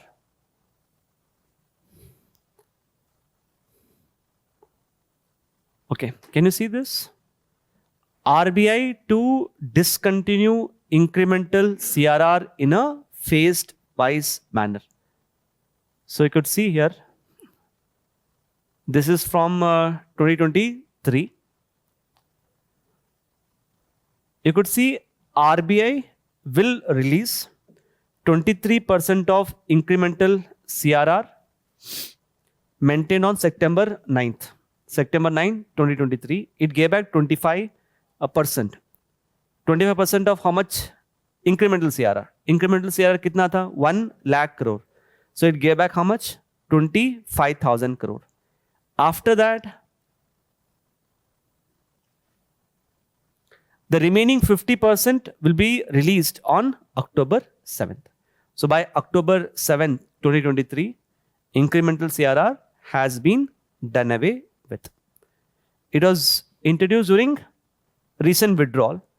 Prior to that, it was introduced during demonetization.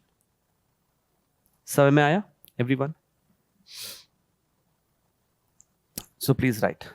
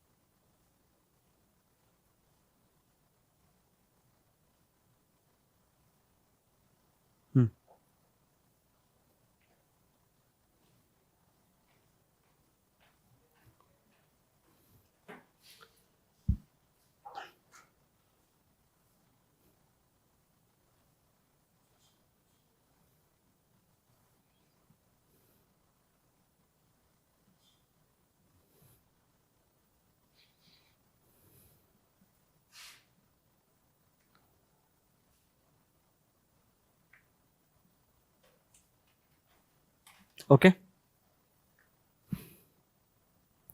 स्वर्णिम हो गया?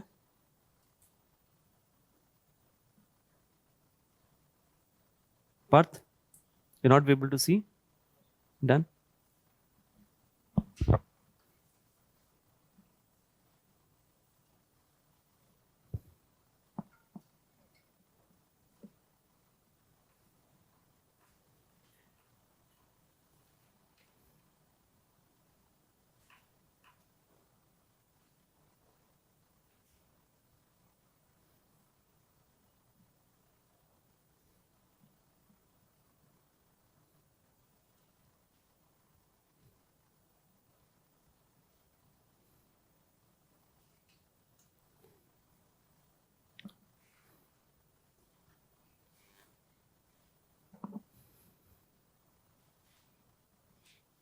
Vaishali?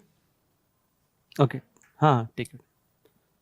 Please write this also, that incremental CRR has been done away with from October 2023.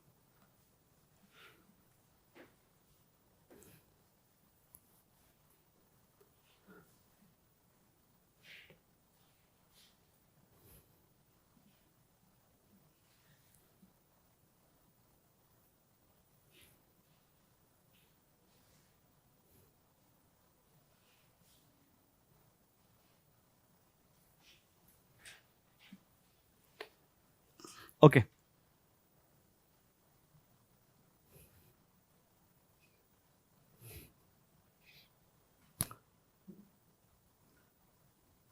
Shiva?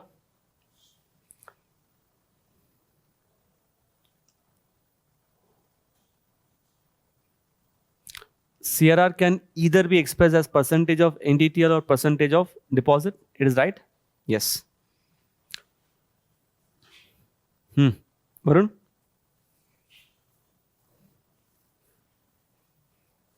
Why?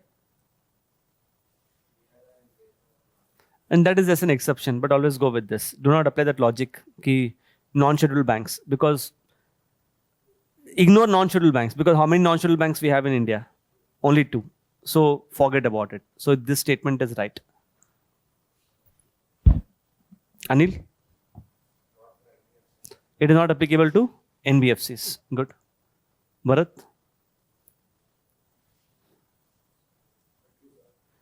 Increase in CRR leads to decrease in money supply. If CRR rate increases, think like this. Banks will keep more money with the RBI. Banks will have less money, so money supply will reduce. Good. Vaishali? RBI pays interest to the bank. RBI does not pay any interest to the bank on CRR deposits. Soumya? Taylor's rule. Taylor's rule says during inflation, the policy rate should increase, and during recession, the policy rate should reduce. Nisha?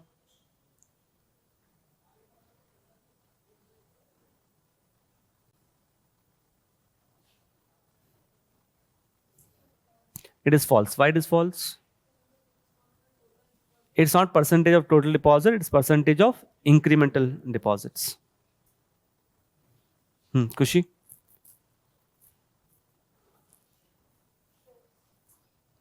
Unlike normal CRR, the RBI pays interest to the bank on incremental CRR.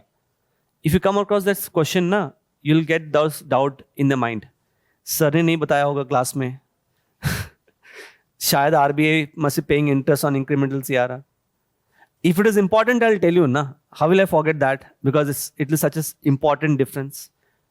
So if something is not told in the class, understand it is wrong only, right? So something like this is wrong. So unlike normal CRR, RBI does not pay interest either on normal CRR or the incremental CRR. Okay? Next topic and write down. We are done with incremental CRR. Next one is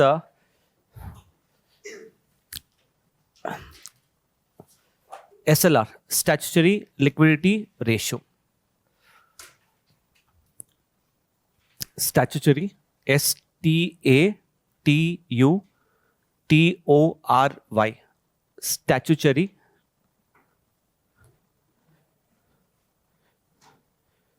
liquidity ratio. So please write the definition.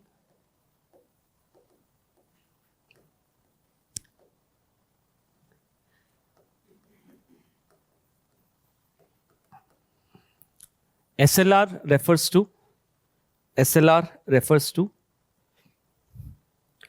SLR refers to percentage of deposits. SLR refers to percentage of deposits slash NDTL, percentage of deposits slash NDTL, which banks have to maintain with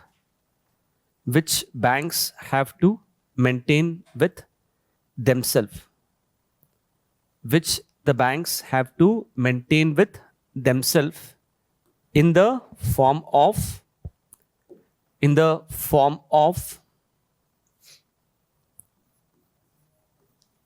cash,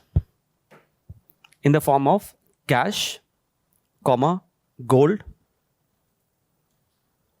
or government securities. Please underline the word or. So it is not and, okay? It means it can be either in the form of cash or gold or government security. If it want, it can keep entire SLR in cash only. If it want, it can keep some part of SLR in cash, some part of SLR in gold. Or it can keep some part in cash, some part in gold, and some part in government securities. Full stop. The eligible government securities include the eligible government securities include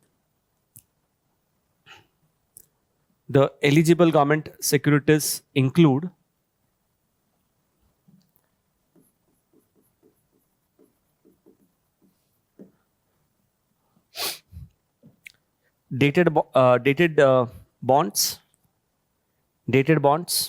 comma, SDL,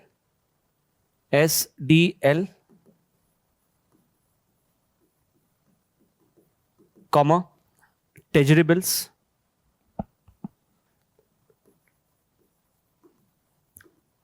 comma,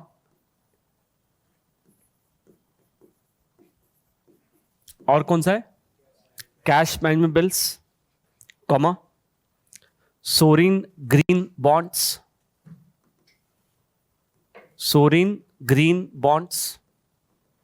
and sovereign gold bonds.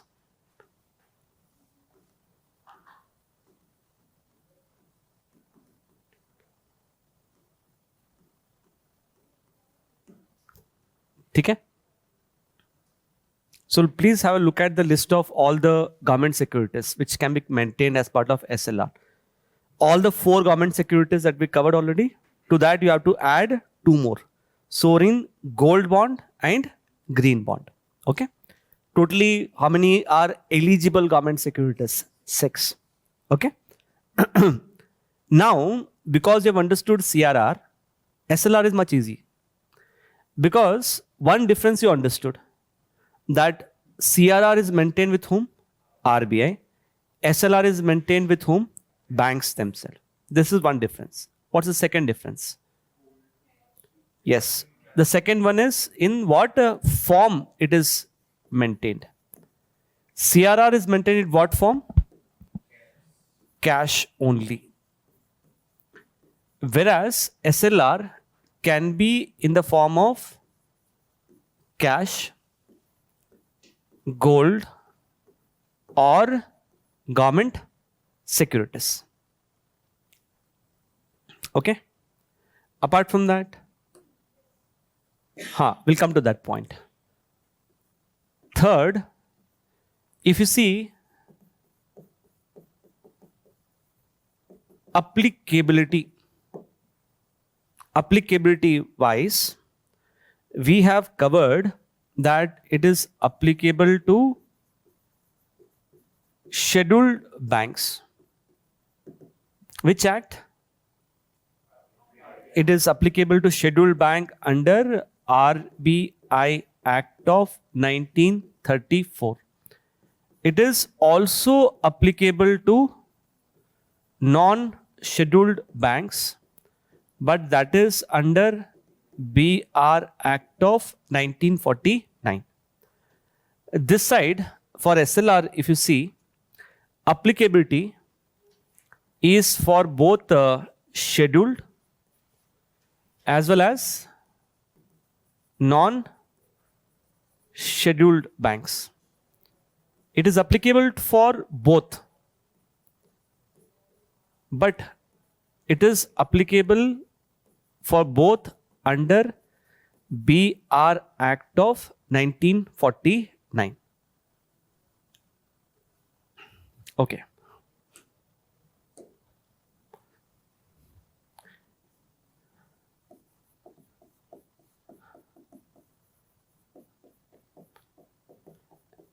Is CRR applicable to NBFCs? I told you very clearly that it is not applicable to NBFCs. Okay. This side for SLR, it is applicable to what is called as,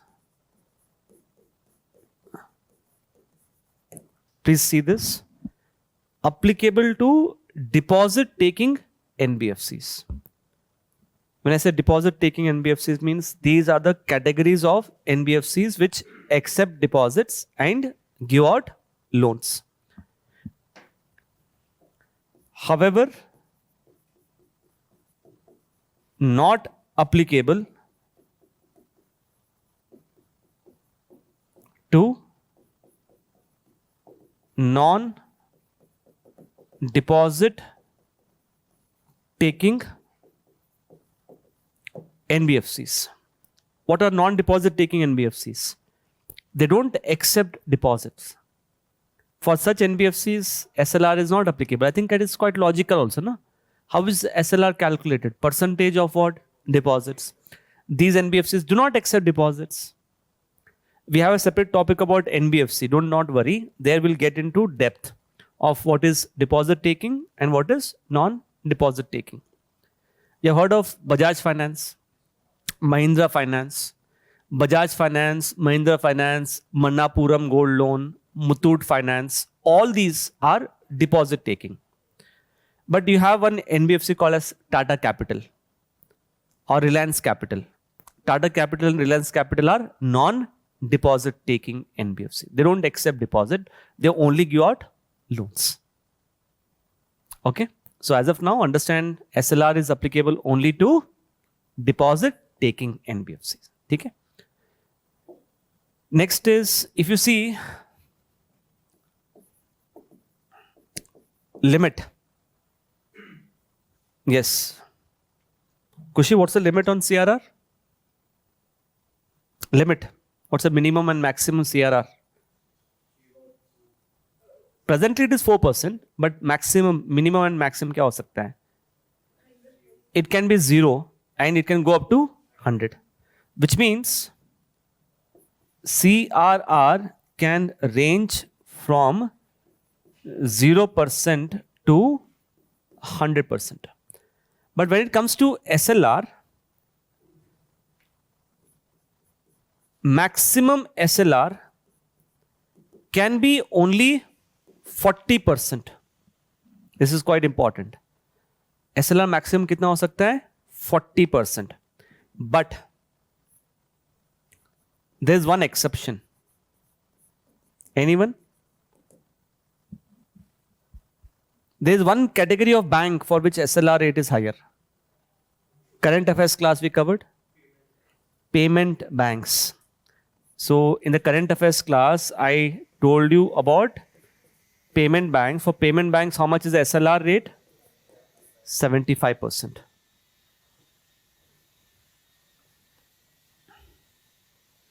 Okay, we'll come back to those of you who have not attended current affairs class. Don't worry. We'll come to that payment banks later. As of now, know that it is 40% for all. Only for payment banks, it is 75. But presently, if you see present rate, when I say present rate, I'm writing in the bracket August 2025. CRR अभी rate कितना है अभी 4% and SLR is how much 18%. And last and very important,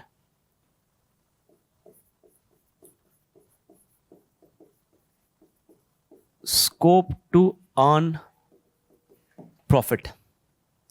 Scope to earn profit.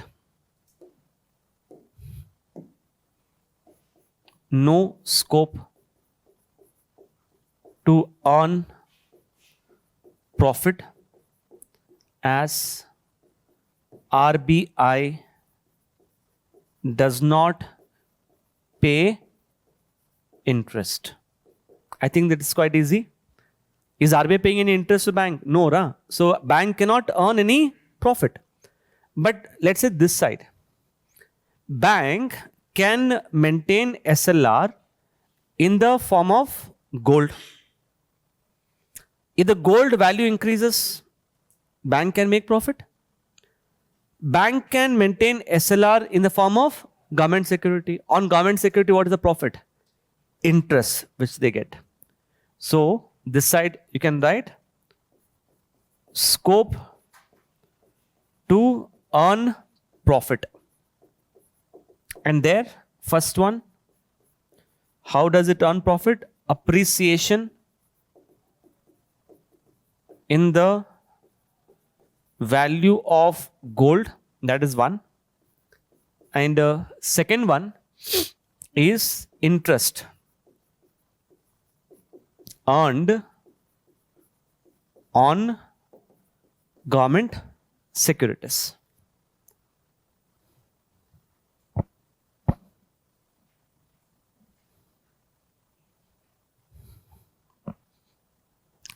Is that clear to everyone? So what you have done is you have a mind map on CRR. And this is a table where I have dictated to you all the differences between CRR and SLR. So this one table is sufficient to know everything about CRR and SLR. Okay? And because both are reserve ratios, during inflation, what will happen to SLR rate? Increase. During recession, what will happen to SLR rate? Reduces. Taylor's rule. Very simple. Clear? Okay.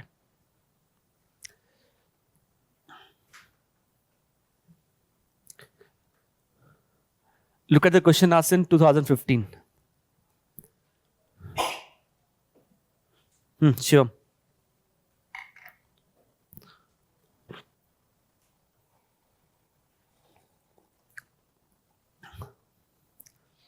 When the RBI reduces SLR by 50 basis points, understand 50 basis point is 0.50. If RBI reduces SLR by 50 basis points, which of the following is likely to happen?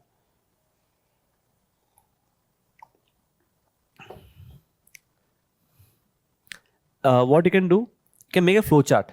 If you're getting confused, in case if you're getting confused, make a flow chart. That flow chart will make your life easy. Shiva, you got the answer? सौम्य आपको answer मिल गया. Bharat, Swarnim, Shivam, you got the answer? What's the answer? See, scheduled commercial banks may cut their lending rates. How should you do this is, you should think of this like a flow chart. Like SLR rate is reduced. It means banks keep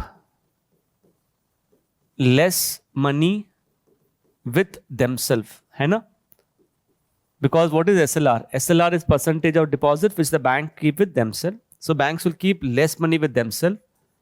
It means banks have more money to lend loans. If banks have more money to lend loans, rate of interest on loans will decrease. As the rate of interest on loans decreases, what will happen to GDP? GDP will increase. First statement says India's GDP growth rate increases. That is partly right, but look at the last word. What does it say? Drastically. But let's assume drastically is not mentioned. Between A and C, what's the right answer then?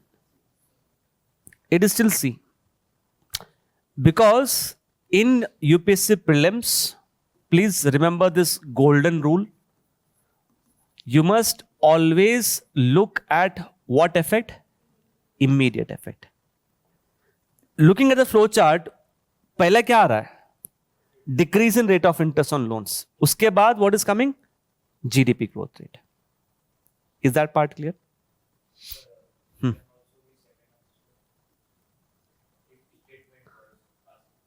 Why do you think it will bring more capital into the country? Huh. Why do you think if rate of interest is less, more foreign investors will invest? कैसे? तो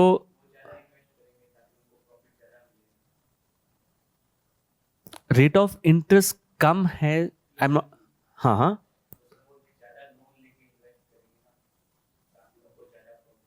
नहीं, वो तो round about way है आपका. It's a very long route that you talking about. नहीं नहीं, हो नहीं सकता है ये. This is a very long about route that you talking about. So when we say, see generally what happens is foreign investors, when they come, they don't take loans in India.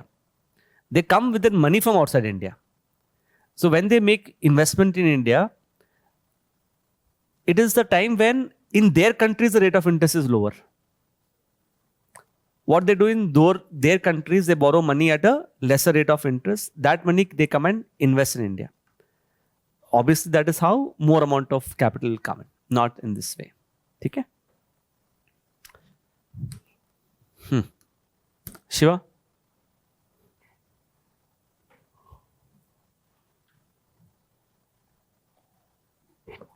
Huh? It is wrong because I just interchange that. Varun?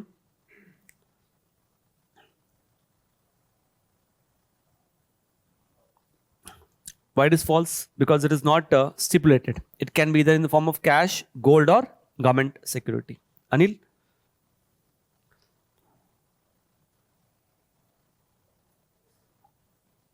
SLR rate increases, banks keep more money with themselves. Banks have less money to give out loans, rate of interest on loans will increase. Bharat?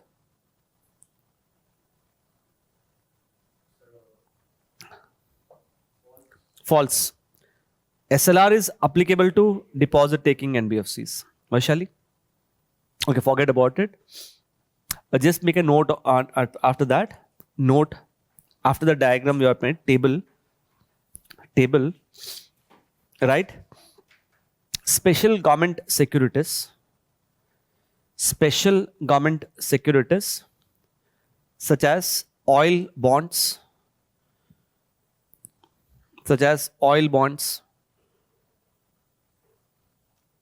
recap bonds, Uday bonds, in the bracket, right, to be discussed in the capital market chapter. To be discussed in the capital market chapter. Bracket close.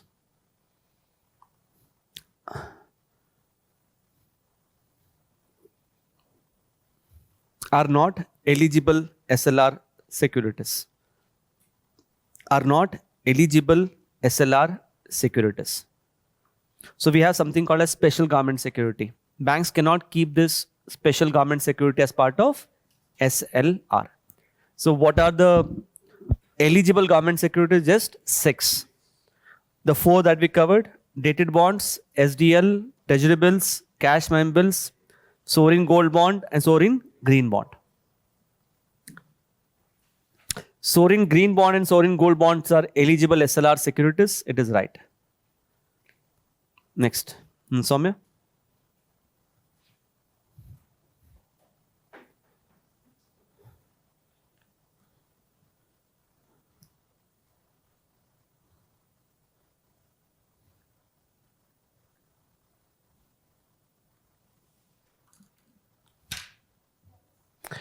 increase in SLR. If SLR rate increases, banks will keep more amount of money with themselves. If they are keeping more amount of money with themselves, what will happen to the money available for them to give out loans? That will decrease, na? So ये क्या होगा? Liquidity with the banks will decrease. I think it's wrongly mentioned. It's true. ठीक है? Dilshad, SLR rate needs to be increased to control inflation and reduced to promote growth during recession. Yeah, it is true. Okay. With respect to liquidity, don't worry. We'll cover that liquidity part later. Banking system liquidity. I've covered this one of the current affairs class. We'll come back to this. Do not worry about it. Kushi?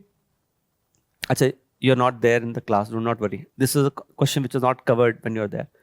Hemant.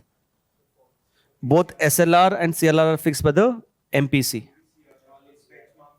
No, it is not CRR also. It is repo. Only repo rate is fixed by MPC. Everything else is fixed by RBI governor. Unlike CRR, there is a scope for the banks to earn profit on SLR. It is true. How can they earn profit? On appreciation in value of gold or in interest on the government securities. Okay. It's a new type of way to trouble you guys. It's my new innovation. Rather than saying true and false, यहाँ पे क्या करना है आपको? One word answer देना है आपको.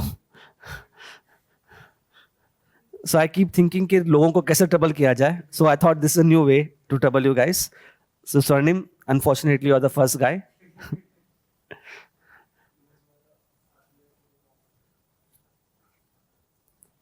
RBI loan दे रहा है गवर्नमेंट को, सो क्या बोलते हैं? नहीं, loan by the RBI to the government's part. That is long term. What is short term? Short term. Ways and means advances.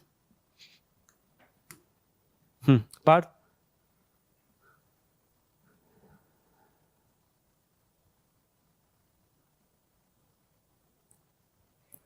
Repo. Good.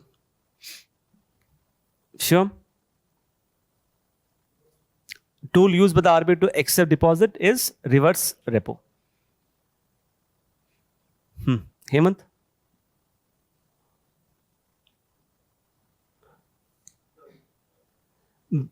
It is lending money for more than 14 days and less than 1 year.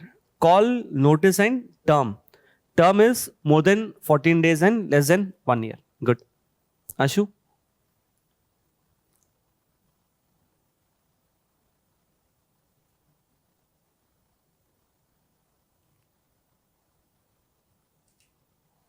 Bharat आ रहा है ना? आ रहा है पर मुंह पे नहीं आ रहा है. कुछ तो है ऐसा COD. क्या बोलते हैं उसे? हाँ, Vaishali? Certificate or deposit. Good. Soumya? State development loan. Financial instrument issued by state governments to borrow money is state development loan. Dilshad?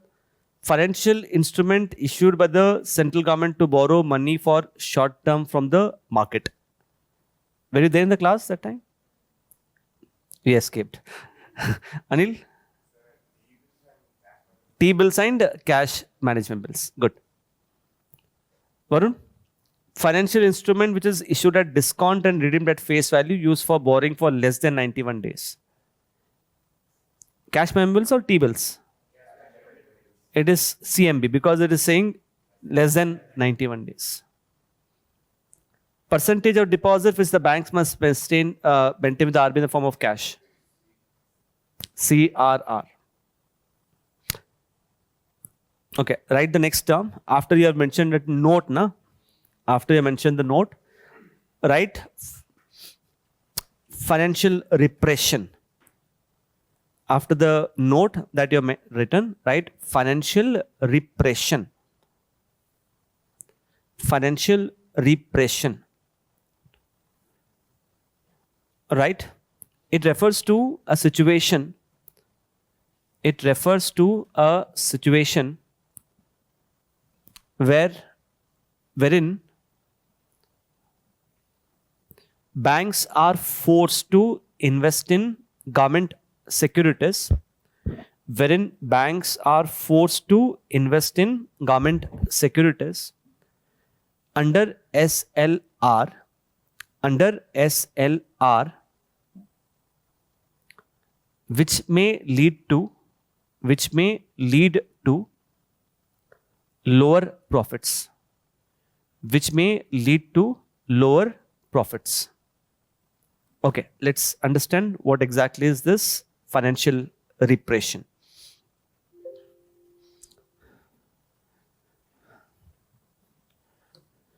Okay.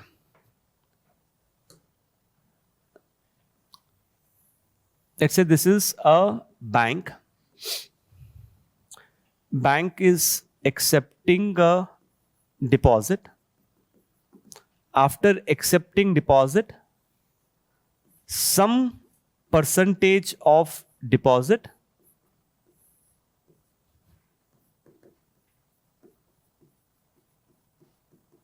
it is maintaining it with itself, that we call it as SLR, statutory liquidity ratio.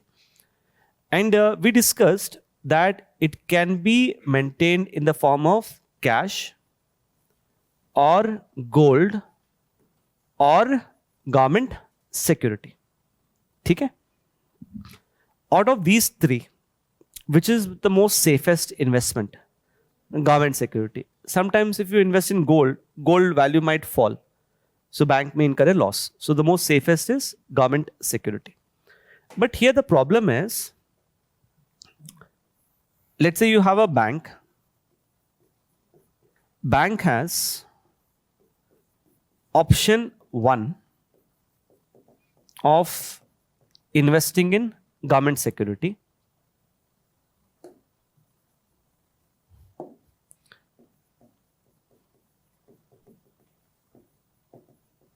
Or it has an option 2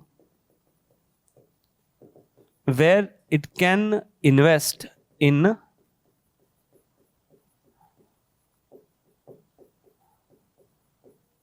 corporate bonds, a bond issued by a company.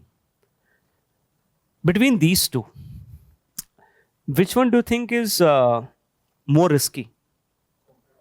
Corporate bonds is more risky, na? So invest in corporate bond, there is a higher risk as compared to investing in government securities. In financial market, always understand this important rule. Higher the risk, higher the profit you'll get. Higher the risk, higher the profit. Here we are talking about what? Bonds. जितना ज़्यादा risk है, what will happen to coupon rate? उतना ज़्यादा coupon rate मिलेगा आपको. ठीक है? Which means on government securities, because the risk is less, banks will get less coupon rate. But if they invest in corporate bonds, what will happen is they will be able to get a higher coupon rate. So here banks will earn less profit, whereas here banks will earn more profit. I hope you understood this point. Look at the word, second word, क्या लिखा है आपने? Repression. What is the meaning of repression? Repression means you are suppressing something. You are suppressing the profits of the bank. How is the profit of the bank suppressed here in this case? Suppressed here? Because in SLR, यहाँ पे you are not giving an option of corporate bonds. Imagine if I'm a bank, if I have an option of investing in corporate bond, between government security or corporate bond, what will I decide? I will invest in corporate bond because I can get more returns. But is RBI giving them such an option? No. I cannot invest in corporate bond, but I have to invest in government security. If I invest in government security, what is happening to my profit? My profit is reducing. That is why it's called as financial repression. But why do you think such a scenario is there in the first place? One is corporate bonds are risky. Second, there's more important thing. In a way, government is forcing the banks to lend money to itself. Government के लिए सब तो सबसे आसान है ना. Like all the depositors' money they are accepting, 18% of that depositors' money they are investing in government security, which becomes easier for the government to borrow money from the banks. So government is seeing from its perspective that it becomes easier for us to borrow money. Good for the government, but bad for the banks. One obvious reason which you guys have rightly said is it is more risky. I understand that. But let's say everything is normal now. It's not recession. Everything is normal. I as a bank would want to invest in corporate bond. And probably I would want to invest in a good company's bond. A company which is making more profit. On that I can get more interest as compared to government security. समझ में आया? So please take this down.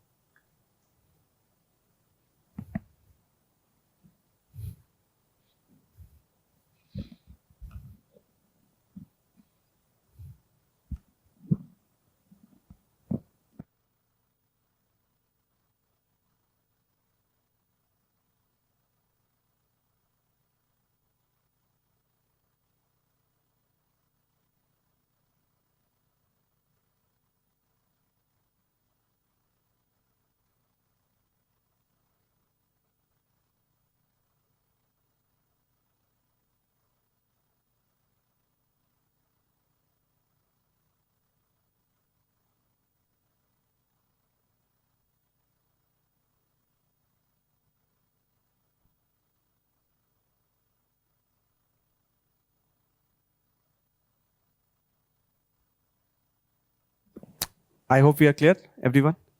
Okay. Fine. So, write down the next topic now.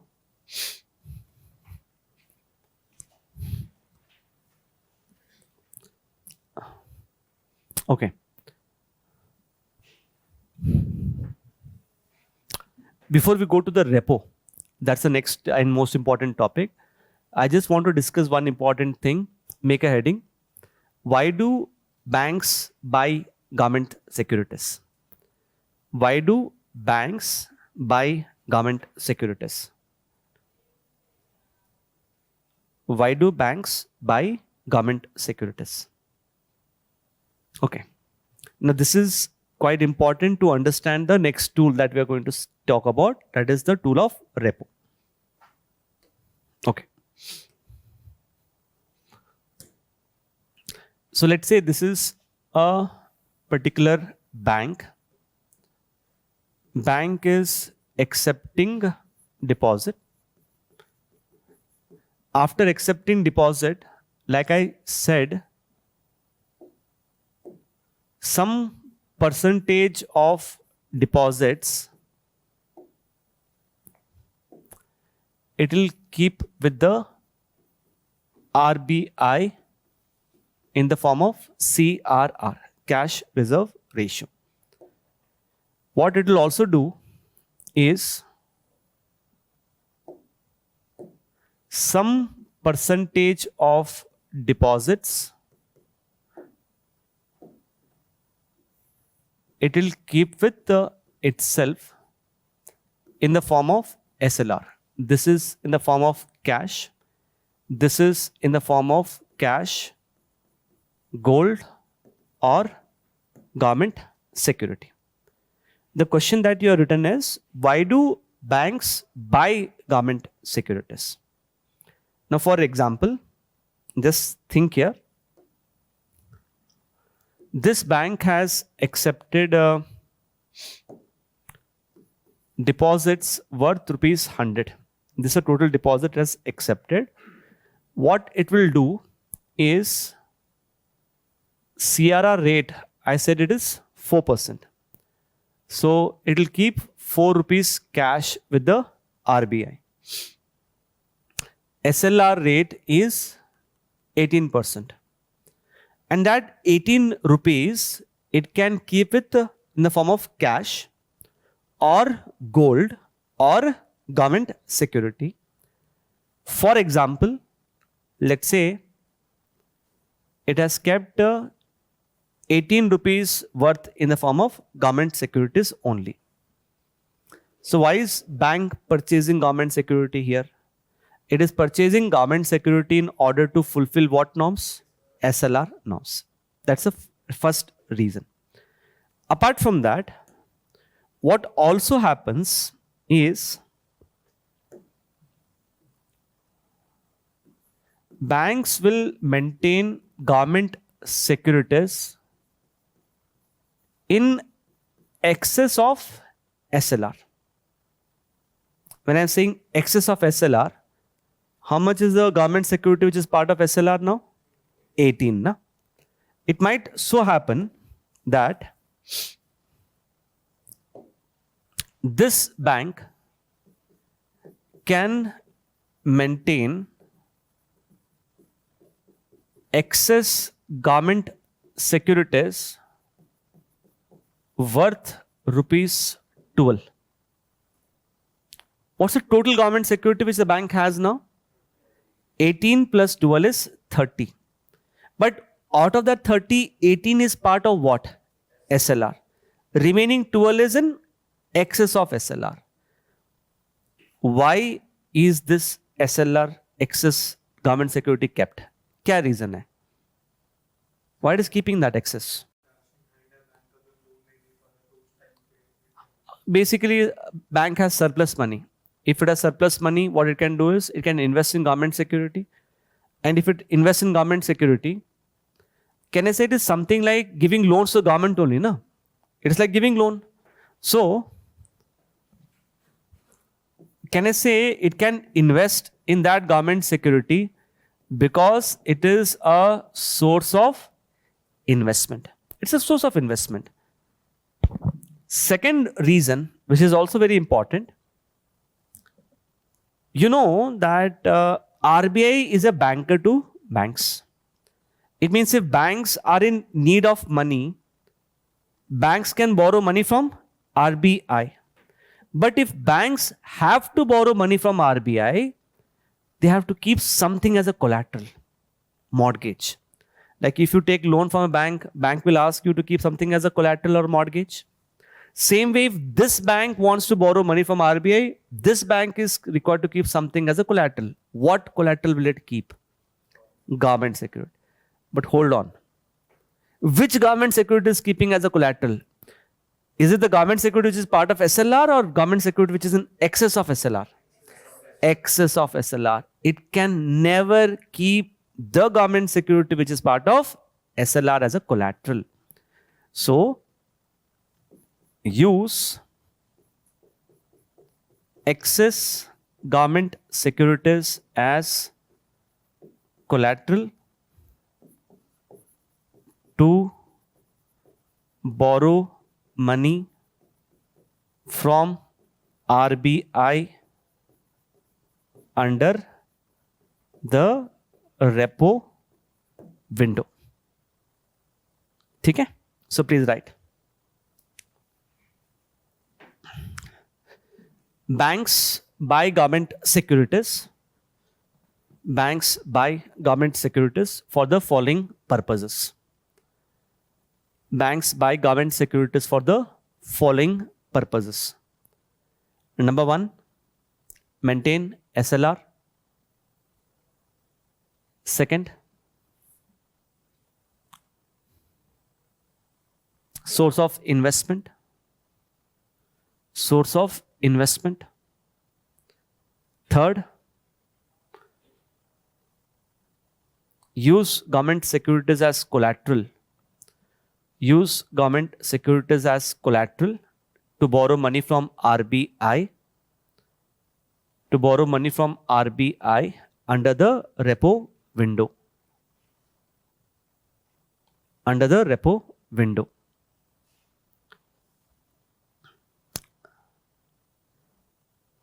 Write a note after this. Banks cannot use government securities.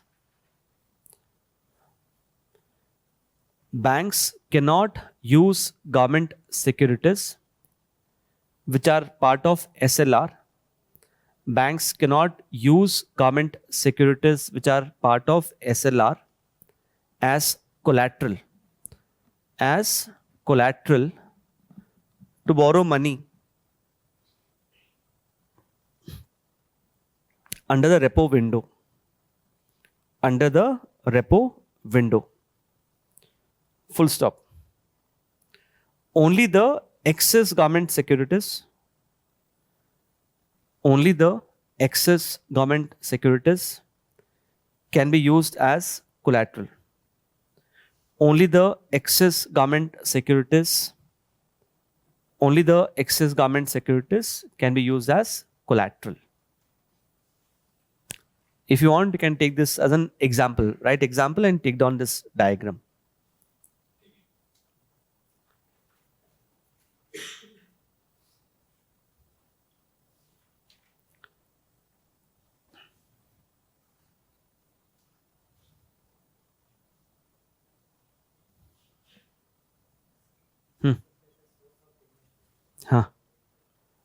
Source of investment basically means bank is buying government security. By buying government security, bank is lending money to whom? To the government, na? If bank purchases government security, it means bank is lending money to the government. On that, what will the bank get? Interest. So, think of it. I said government security has a face value of, let's say, rupees 100. It means that bank has lent 100 rupees to the government. Government security has a maturity, let's say 5 years. So bank has lent 100 rupees to the government for how many years? For 5 years. Government security will have a coupon rate, let's say 5%. So bank will earn rupees 5 every year as what? Interest.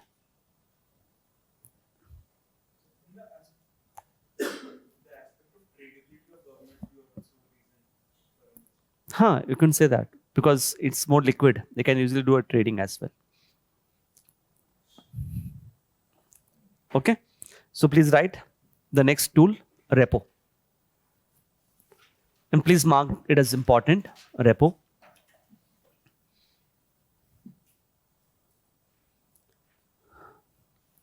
REPO, repo. So write under this, repo is a tool. Repo is a tool through which RBI lends money to the banks. Repo is a tool through which RBI lends money. Repo is a tool through which RBI lends money to the banks. Full stop. Alternatively, it is a tool. Alternatively, it is a tool through which banks borrow money from RBI. Banks borrow money from RBI. Just read what I have said. From a perspective of RBI, what it is? It's a tool through which RBI lends money. From the perspective of bank, what it is? It's a tool through which banks borrow money. I think both are same, right? Full stop. Repo rate is a rate at which RBI lends money to the banks. Repo rate is a rate at which RBI lends money to the banks. ठीक है? So there are two things. One is repo, other one is repo rate. What is repo? Repo is simply a tool through which RBI gives loans to the banks. What is repo rate? Repo rate is a rate of interest at which RBI gives loans. But in UPSC prelims, the word repo and repo rate can be used interchangeably. Write note after this. In UPSC prelims, the terms repo and repo rate, in UPSC prelims, the terms repo and repo rate can be used interchangeably.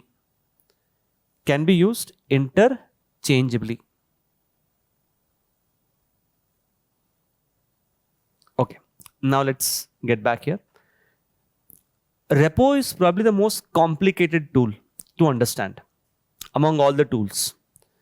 So far, we have covered CRR, SLR. They are very easy, I would say. But repo is little complicated. So to make you understand repo, I will give you an example from a day-to-day life. And that example, I will extend it to the repo. Okay? Let's understand this day-to-day life example. Now, for example, let's say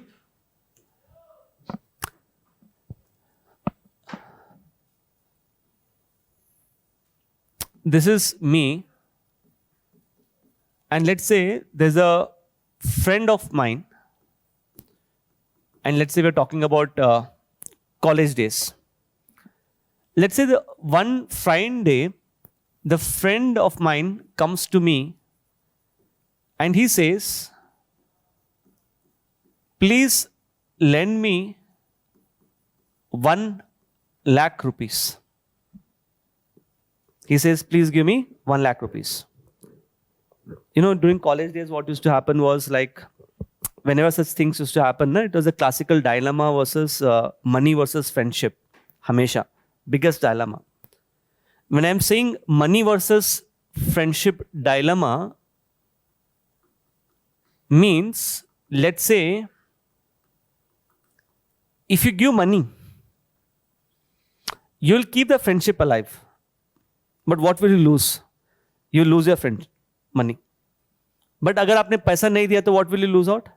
Friendship. समझ में आया? It's a classical problem which everyone has felt. अगर आपको उस time पे repo पता होता, you could have easily resolved this dilemma. Easily. How? Let's see this. Say my friend has come to me saying I am in urgent need of 1 lakh rupees. So obviously I'm in two thought. Should I give him money or not?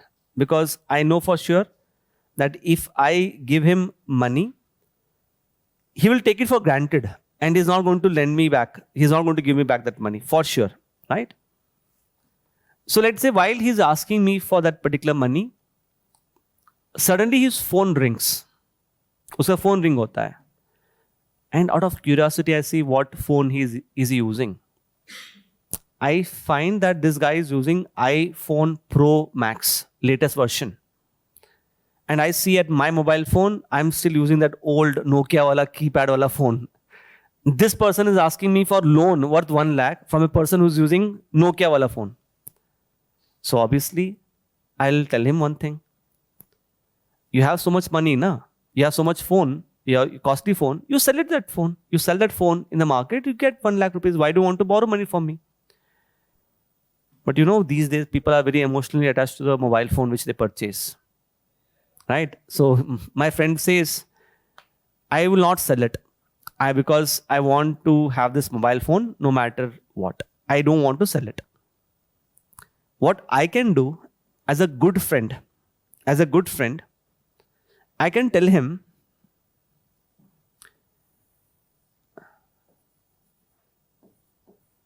you sell your mobile.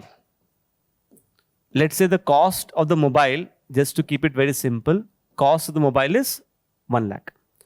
You sell your mobile worth 1 lakh and you borrow 1 lakh rupees. But here there is a trick. The trick here is, let's say the friend is saying, I will repay that amount after 14 days. After how many days? 14 days. So because he is my friend, na, I give an option that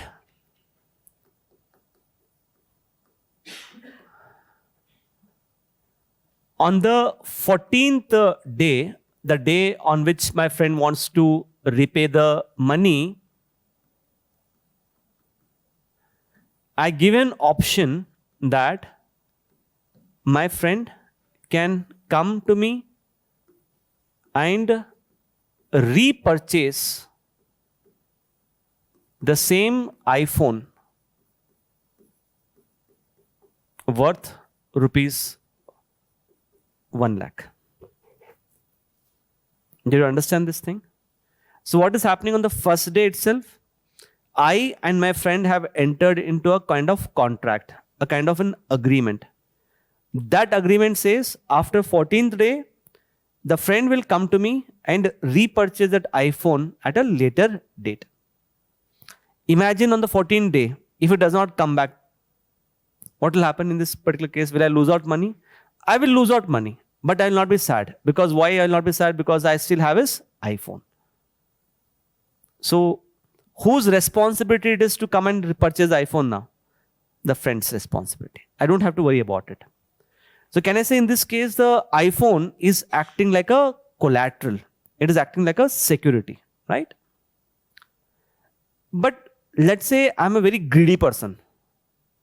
I want to make profit out of this whole business. What I will tell him is,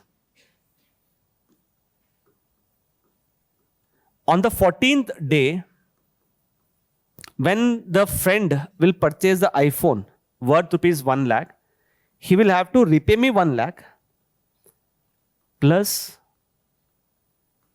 let's say, an additional amount of rupees 5,000. समझ में आया? So after 14 days, at what rate is he repurchasing the iPhone? 1 lakh 5,000. What is that 5,000 for me in a way? It's a profit. Or can I say it's a kind of interest which I'm charging? I hope you understood. Everyone is clear? Now this is what could happen between me and my friend. Same thing can happen between RBI and a bank also. So here, if it is me in this case, in case of repo, what it will be? RBI. Friend in case of repo will be who? Bank. So let's say bank wants to borrow, for example, 100 rupees. What will bank sell to the RBI?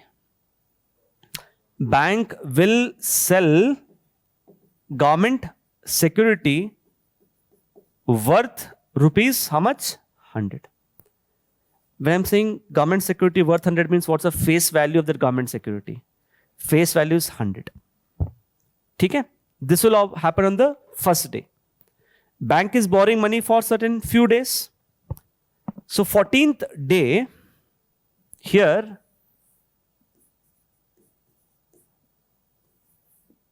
you have bank. Bank will come to RBI and it will repurchase the government security. What's the value of the government security?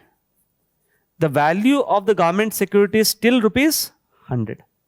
But when it is repurchasing the government security, it will pay back rupees 100 along with additional interest. What is that interest called as in the context of repo?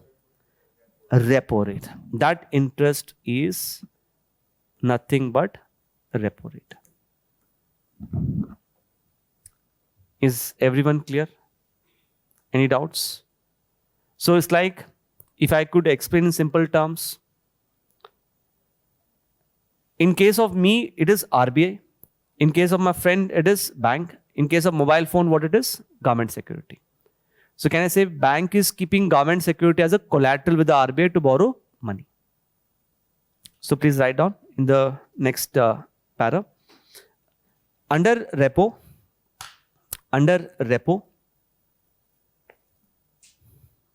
comma, there are two legs of transactions.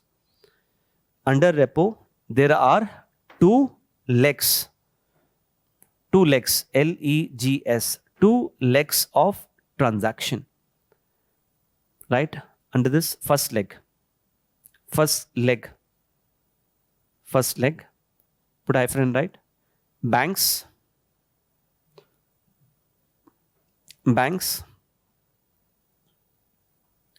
sell government securities. Banks sell government security to the RBI. Banks sell government security to the RBI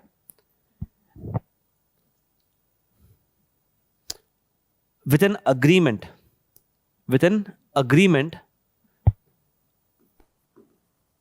to repurchase government securities, with an agreement to repurchase the government securities at a future date.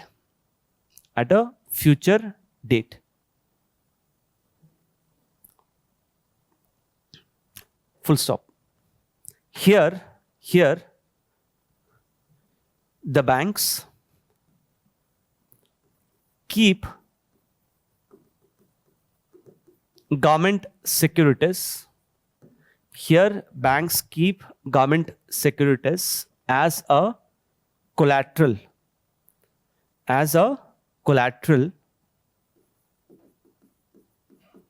to borrow loans from the RBI.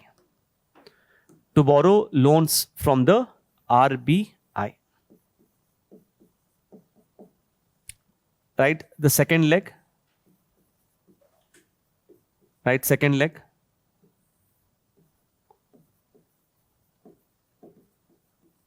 Put hyphen, right? Banks repurchase the government securities. Banks repurchase the government security and repay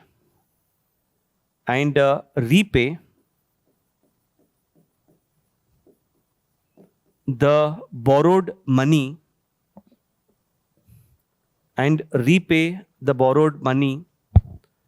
along with the interest. Full stop. The rate at which the banks the rate at which the banks repurchase the government securities, the rate at which banks repurchase the government securities is called as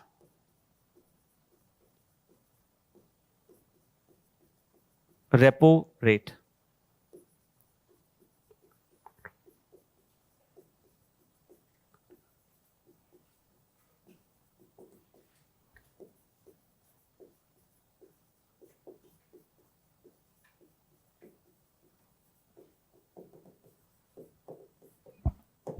Take down this diagram.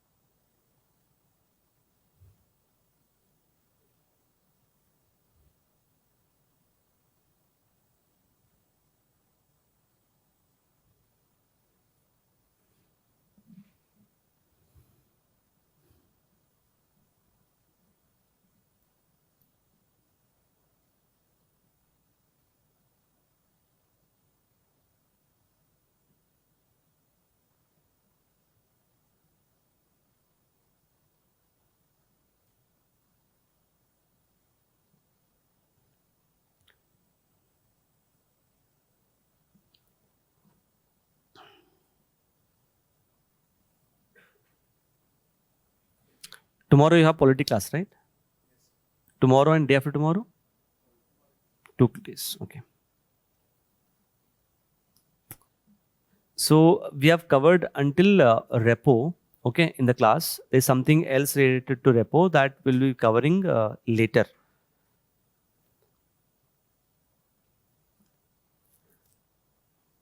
So you know that for next few days I'll not be available. I'm going to FRC. There I've got the mains classes. So probably some other subject may be scheduled for your batch. So until then, what you can do is what all things we have covered in the class, just revise that. Did you get the schedule for the test as well? I hope it is scheduled on Monday, right? Monday it is scheduled. You know the syllabus also. I've already submitted the question paper. Please start preparing for the test. I have already told you syllabus, RBI, sectors of economy, and entire NCERT textbook. No, nothing. Only the notes should be sufficient. Okay? Fine then. Huh? No. It's generally whenever report takes place, no, there's a duration. Like, not necessary. We'll cover that. हाँ, ये बस example है. We are not done with the repo. I just given you a basic understanding. We'll be covering the rest of the things in the next class. Thank you so much.